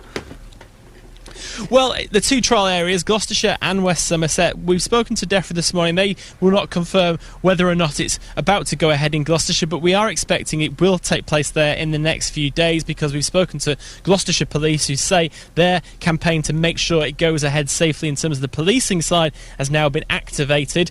But what's quite clear, you think about it, 5,500 badgers have to be culled over the next 6 weeks in these two places. If it is successful, it will be rolled out over the next few years to other areas, Dorset, across the whole country. It will be encouraged to go elsewhere, because the government says we have to do something to tackle this disease, and they say, well, actually, we looked at other solutions such as vaccines, but they are too far off, so we need to do something, and we need to do something now. And what response have we had from the government today? Well, Owen Paterson has issued a statement, and so too as the Farming Minister, Liberal Democrat David Heath, and again reiterating the fact that government doesn't want to go around shooting the protected species that is the badger, but they say when you look at other places across the country, across the world rather, if you don't tackle bovine TB in the wildlife, you don't solve the problem. But actually, Ian, what is interesting about this whole thing, when you talk about the science, because there's lots of debate about the science of this, 70% of badgers will be culled across Gloucestershire and Somerset. But by doing that, it will not eradicate bovine TB. It will only decrease the increase of bovine TB. So ultimately, long term, the government says, yes, we will have to look at vaccines. Yes, we'll have to look at other things like biosecurity on farms. But we have to do something, and we have to do something now. Chris Brearley, thank you very much, our badger correspondent who spent the night in Somerset. What did he say? It will only increase the it'll decrease the increase or increase the decrease? It'll decrease the increase. This sounds a little bit pointless then, doesn't it? Call 08459 455 555. BBC Three Counties Radio. I don't know. We'll be following that story over the next few weeks. Jez is in High Wycombe. Hey, Jez. Hello. Before we go any further... Yes. What do you like? What do I like? What do I like? What do you like? What do I like? Hello? What do you like? What do I like? Curry flavoured ice cream. What don't you like? What don't I like? What don't you like? Well, I like curry. Well, I like any sort of flavoured ice cream. No. What don't you like? What don't I like? What don't you like? Well, what generally speaking, or are we talking about just ice creams here? What don't you like? Getting out of bed in the morning. There we go, perfect. Did you say you... It wasn't that difficult, it's not a trick question, I'm just curious. I wasn't sure what you meant. I was getting... it's a bit of, well, I'm had a bit of a lion, so I'm just not really awake yet. Jess, did you say you liked curry-flavoured ice cream? I do. Oh, you dirty boy. But basically what happened was, a friend of mine he's a confectioner, he's got a cafe and a shop in Princess Risborough. How cool would it be to have a friend like that? And he makes his own chocolate. It was always his dream to set up his business and make his own chocolate, which he did. Yeah. And basically, he runs this cafe as well, and he had a Facebook message saying, would anybody... I'm now supplying pubs and restaurants with my ice cream. Now I've got my ice cream maker in. Was there any flavours anybody would like me to make and for you to come and try? So I put on there, I've always wondered what curry-flavoured ice cream would taste like. So then, a few days later, I didn't think anything of it, I thought you wouldn't do it. The next thing I know, I got a Facebook message saying, I've got some curry-flavoured ice cream if you want to come and try it. I went and tried it, and I have to say, it was really, really nice. Well, my initial reaction is, ugh, but the more you're talking about it, my mouth is salivating. Now, there is one problem. This is the drawback. It tastes lovely. He put ginger, cinnamon, it's all, did a proper recipe. Yeah. It's also got a bit of chilli in it, so you've got this really sweet, gingery, cinnamony taste with a little bit of curry, and then you get a little bit of a kick afterwards. Yeah. But the drawback is, if you eat a whole tub of it, about half an hour later, you feel really, really sick. Oh my God! But does it have? And let's be careful. We have young ears listening. Yeah. It's still summer holiday. Does it have the same the physical reaction that a normal curry might have? What, the other end kind of thing? Yes. No. That's. I suppose it's that weird paradox. It's when you eat something hot and spicy, you might have some ice cream to cool your mouth down, but it's a catch-22, isn't it? With this, yeah, you've got this to say. I think it's the best of both worlds. I mean, everybody in the restaurant, it's caused a lot of. It's created a lot of interest. Yeah. A lot of people have tried it and don't like it. Yeah. I took my wife and son, they tried it. My son ate half a tub and then turned around and said he didn't like it. Yeah. Okay, it took him half a tub to realise. He was like, ate half a tub and was like, oh, I don't like this. Well, why do you eat it? Why do you eat it then? So I ate the rest of it. And I think it's generated a lot of interest, but I sort of said there is a market for it, but he doesn't seem to believe me. Oh, I think there could be. Next time you speak to him, Jez, could you ask him to try, and this is, you've got me thinking now, could you ask him to try a pizza ice cream? Pizza ice cream? Yeah, just like a sort of bog standard, nothing too fancy. Bit of tomato, bit of cheese, that sort of thing. Yeah, a nice margarita pizza ice cream. Oh, I'll give that a go. It doesn't sound bad, does it? No. In fact, that sounds actually quite nice. Jez, I think we will speak again. Oh, if you can get a pizza ice cream. I do. Do you remember, again, back in the day, you got chocolate, you got vanilla, some places you got mint choc chip, and that was it. And I remember the first Baskin Robbins shop. They were the only shop that used to do more than the 3 standard flavours. Where did I see it? It might even have been in Milton Keynes, actually. I don't know. But kind of in the early 80s, seeing a Baskin Robbins. We got 32 flavours of ice cream? How is that even possible? And now you have bizarre, perverse geniuses like Jez getting his mate to make a curry ice cream. I can see that working. I think I could dig a curry ice cream. Jez was a little bit thrown there by the what do you like, what don't you like question. No reason to be. It's not a trick question, very straightforward question. Last 15 minutes of the show, we'll speak to Justin as well about this. What do you like, what don't you like? That's it. That's all I want to know. Its simplicity is what makes it so beautiful. 08459 455 555 is the phone number. You can also go to the Facebook page, facebook.com/BBC3CR. You can have your say there. What do you like? What don't you like? Very, very simple. Loads of people have commented on this. Let me pick a couple at random. Look, Alison's still listening in New Zealand. God bless you for that, Alison. Isn't that wonderful that people are listening so far away? Steve says, I like rolling in the grass. I don't like dog poo. Steve, thank you very much. Travel news for beds, cards and bugs. BBC Three Counties Radio. Lots of disruption on the trains this morning. It's First Capital Connect that are affected. They're running a greatly reduced service from King's Cross to and from Peterborough, Cambridge and King's Lynn. It's because of emergency works at Alexandra Palace. They also are doing some engineering works at Bowes Park. These were supposed to finish before the start of service, but they've been overrunning, and that means disruption Hertford North to Moorgate, with many services along that route being cancelled as one of the London-bound lines is blocked. Greater Anglia, a few residual delays, about 10 minutes worth. Liverpool Street to and from Cheshunt, Hertford East and Enfield Town. They had a broken down train earlier this morning. Some good news on the roads first, because the M1 southbound's looking a little bit better. The broken down vehicle looks to have been removed from between Flitwick and Luton and Dunstable junctions 12 and 11. Taking a look at other main routes though, and the A1 still looking very slow at the Black Cat roundabout, as is the Barford bypass toward there. The A1M slow from Hitchin to Stevenage, and into London delays on the A1 Apex corner to Mill Hill Circus, while on the M25 there's stop-start traffic into and through the roadworks and from the M1 round to the M40. Adam Glynn, BBC Three Counties Radio. Thank you, Adam. Coming up to 8:46, it's Tuesday the 27th of August. I'm Iain Lee, and these are your headlines on BBC Three Counties Radio. NHS hospitals are being accused of deliberately playing down patient dissatisfaction with the quality of food they offer.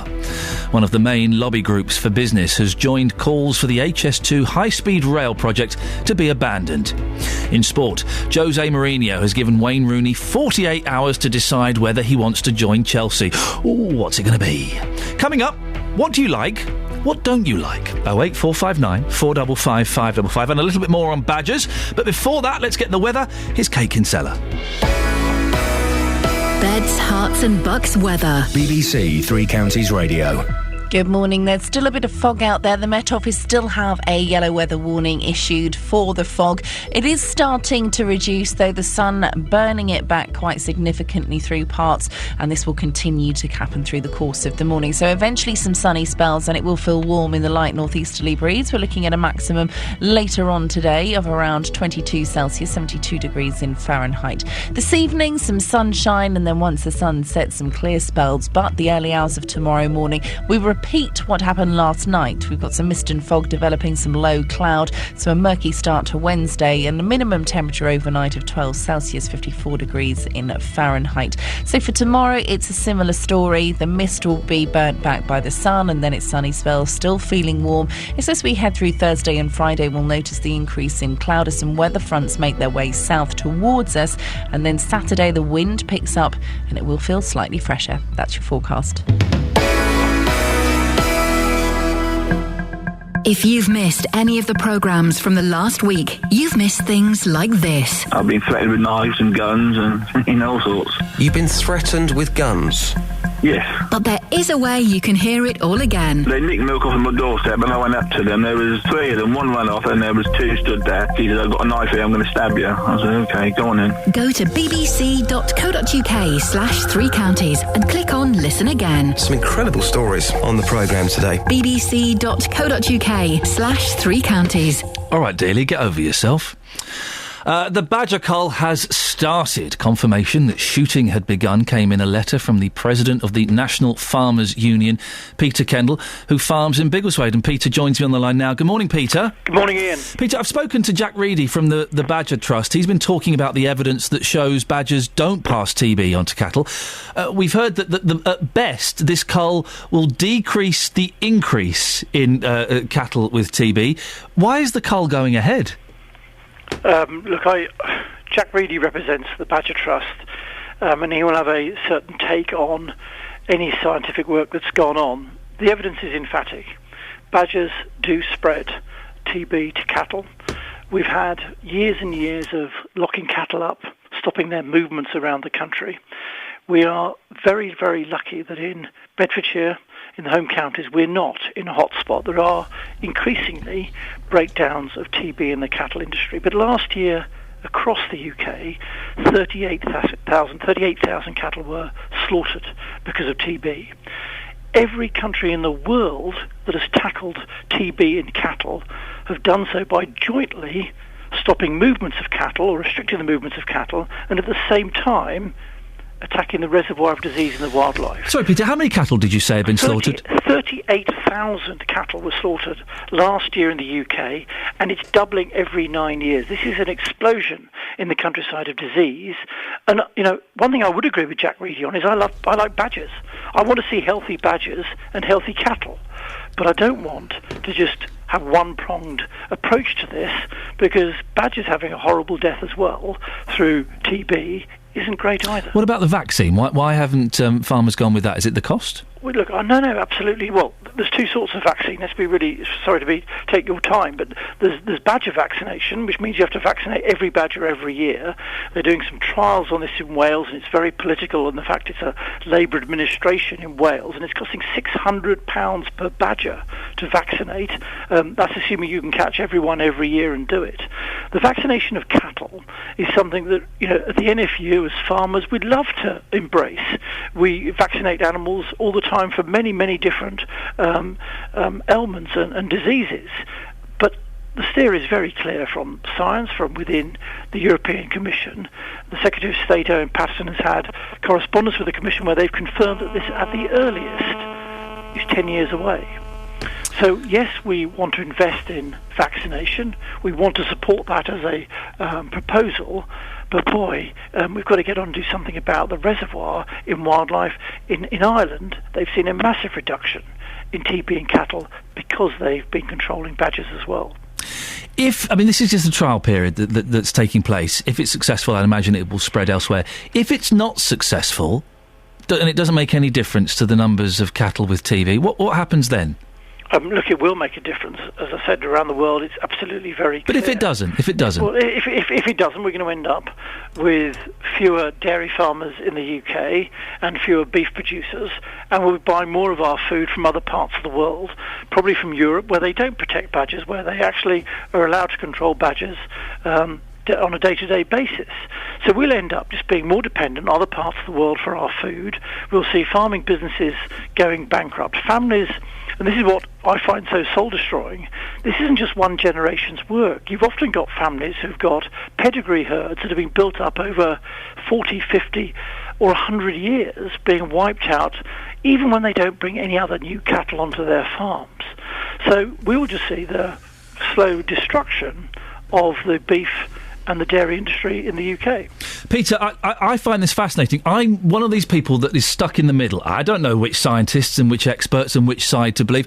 I'm sure this story is going to grow over the week. Would you possibly come on later on in the week and speak to Jack Reedy from the Badger Trust so we can have both sides of the argument? I'm more than happy to. I've spoken to Jack on many occasions. What I won't do is stand by and have people, peddle one side of a story that isn't correct. And unfortunately, that's what Jack does too often. This is why I'd like to get you both on together, because I don't know what the answer is. I don't know what science is right now. It would be great to hear you two go head-to-head if you'd be up for that. Absolutely, no problem at all. Excellent, Peter. We will speak to you later on in the week. I just think that would be fascinating, because I don't know. I don't know who to believe on this. Normally, I kind of make my mind up quite early and quite quickly. I don't know. Both sides, that was Peter Kendall, who's a farmer in Biggleswade. Both sides put forward very strong arguments, and both are convinced that their argument is right. Of course, it's going to be biased from both sides, isn't it? The farmer's going to have one argument, and Jack Reedy from the Badger Trust will have his. I don't know which one to believe. We will get them on later on in the week, and we will find out. Now, this morning I've been asking, what do you like? What don't you like? Some of you have been confused by it. It's not a trick. It's not a trick question. It's very simple. What do you like? What don't you like? I like it when my team are smiley and friendly. I don't like it when they're hungover and mardy. Justin Dealey. Morning, boss. You should see the evil stares I'm getting. Oh, really? Through a haze of hangover. Oh. Justin, are you in a box or something? I don't know quite what's happening. Can you hear me okay? Well, sort of. I think you've got... Have you got the right microphone on? Yes, I've got the right microphone on. Then why does it sound like you haven't got the right microphone on? I don't know. Shall I try and change the mics over? Try and change the mics over. How does that sound? Well, it sounds like you've got the right microphone, you muppet. We've got about 3 or 4 microphones in this car. It's all very nice, isn't it? It's a basic one, Justin. Yes. You well, boss? I'm very, very well. I heard that. I heard a trailer for this show with you. Yeah, I know. Do your serious voice. I like it. Yes. we've had some incredible stories on the Iain Lee programme, and I'm standing in for him, and he's been away for 2 weeks, and he's come back with this belting phone in. What do you like and what don't you like? I've decided I'm going to raise the standards on this show, and tomorrow I'm going to send you out to talk about bees. Oh, bees! I'm looking forward to that. Yeah, it's a good one. Yep. So, Justin, what do people like and what don't they like? Well, personally, I like radio. I like ribeye steak. I like Coronation Street, and I like Luton Town. What I don't like is moany, negative people, and we hear from them every single day, don't we? People have always got something to moan about. Why moan? Are you having a dig at me? No, not you. It is a veiled dig at me, isn't it? It's not today. You've come in and you're uplifting. I am. Yeah. You're slightly more tanned up than usual. Yes, still pale, but slightly more tanned up. You're certainly uplifting. So I've been out into the streets today, asking people what they like and what they don't like, and this is what people had to say. What do I like? Well, anything really. Well, sport, anything. What don't you like? Eh? Rugby, that's the worst one. Oh, I know. That's brute force and ignorance, I think. Hey, good morning, madam. Happy Tuesday. Are you well? Yes, thank you. What do you like? As in what? What do you like? Football. Eating. What don't you like? People who ask me strange questions in the morning. Oh, I thought we were getting on well. I thought we could be friends. No, I don't think so. Thanks. Okay. Hello, sir. How are you today? You well? I'm not talking, thanks. What do you mean, what do I like? Ashley, what do you like? I like life, I like job, I like everything. What don't you like? I hate crime. I don't like crime. People stealing or killing people, I don't like this. Hey, good morning, sir. Do you speak English? Sometimes. Fantastic. What do you like? What do I like? Job. Pete, you're going to Tenerife, Raf. You looking forward to it?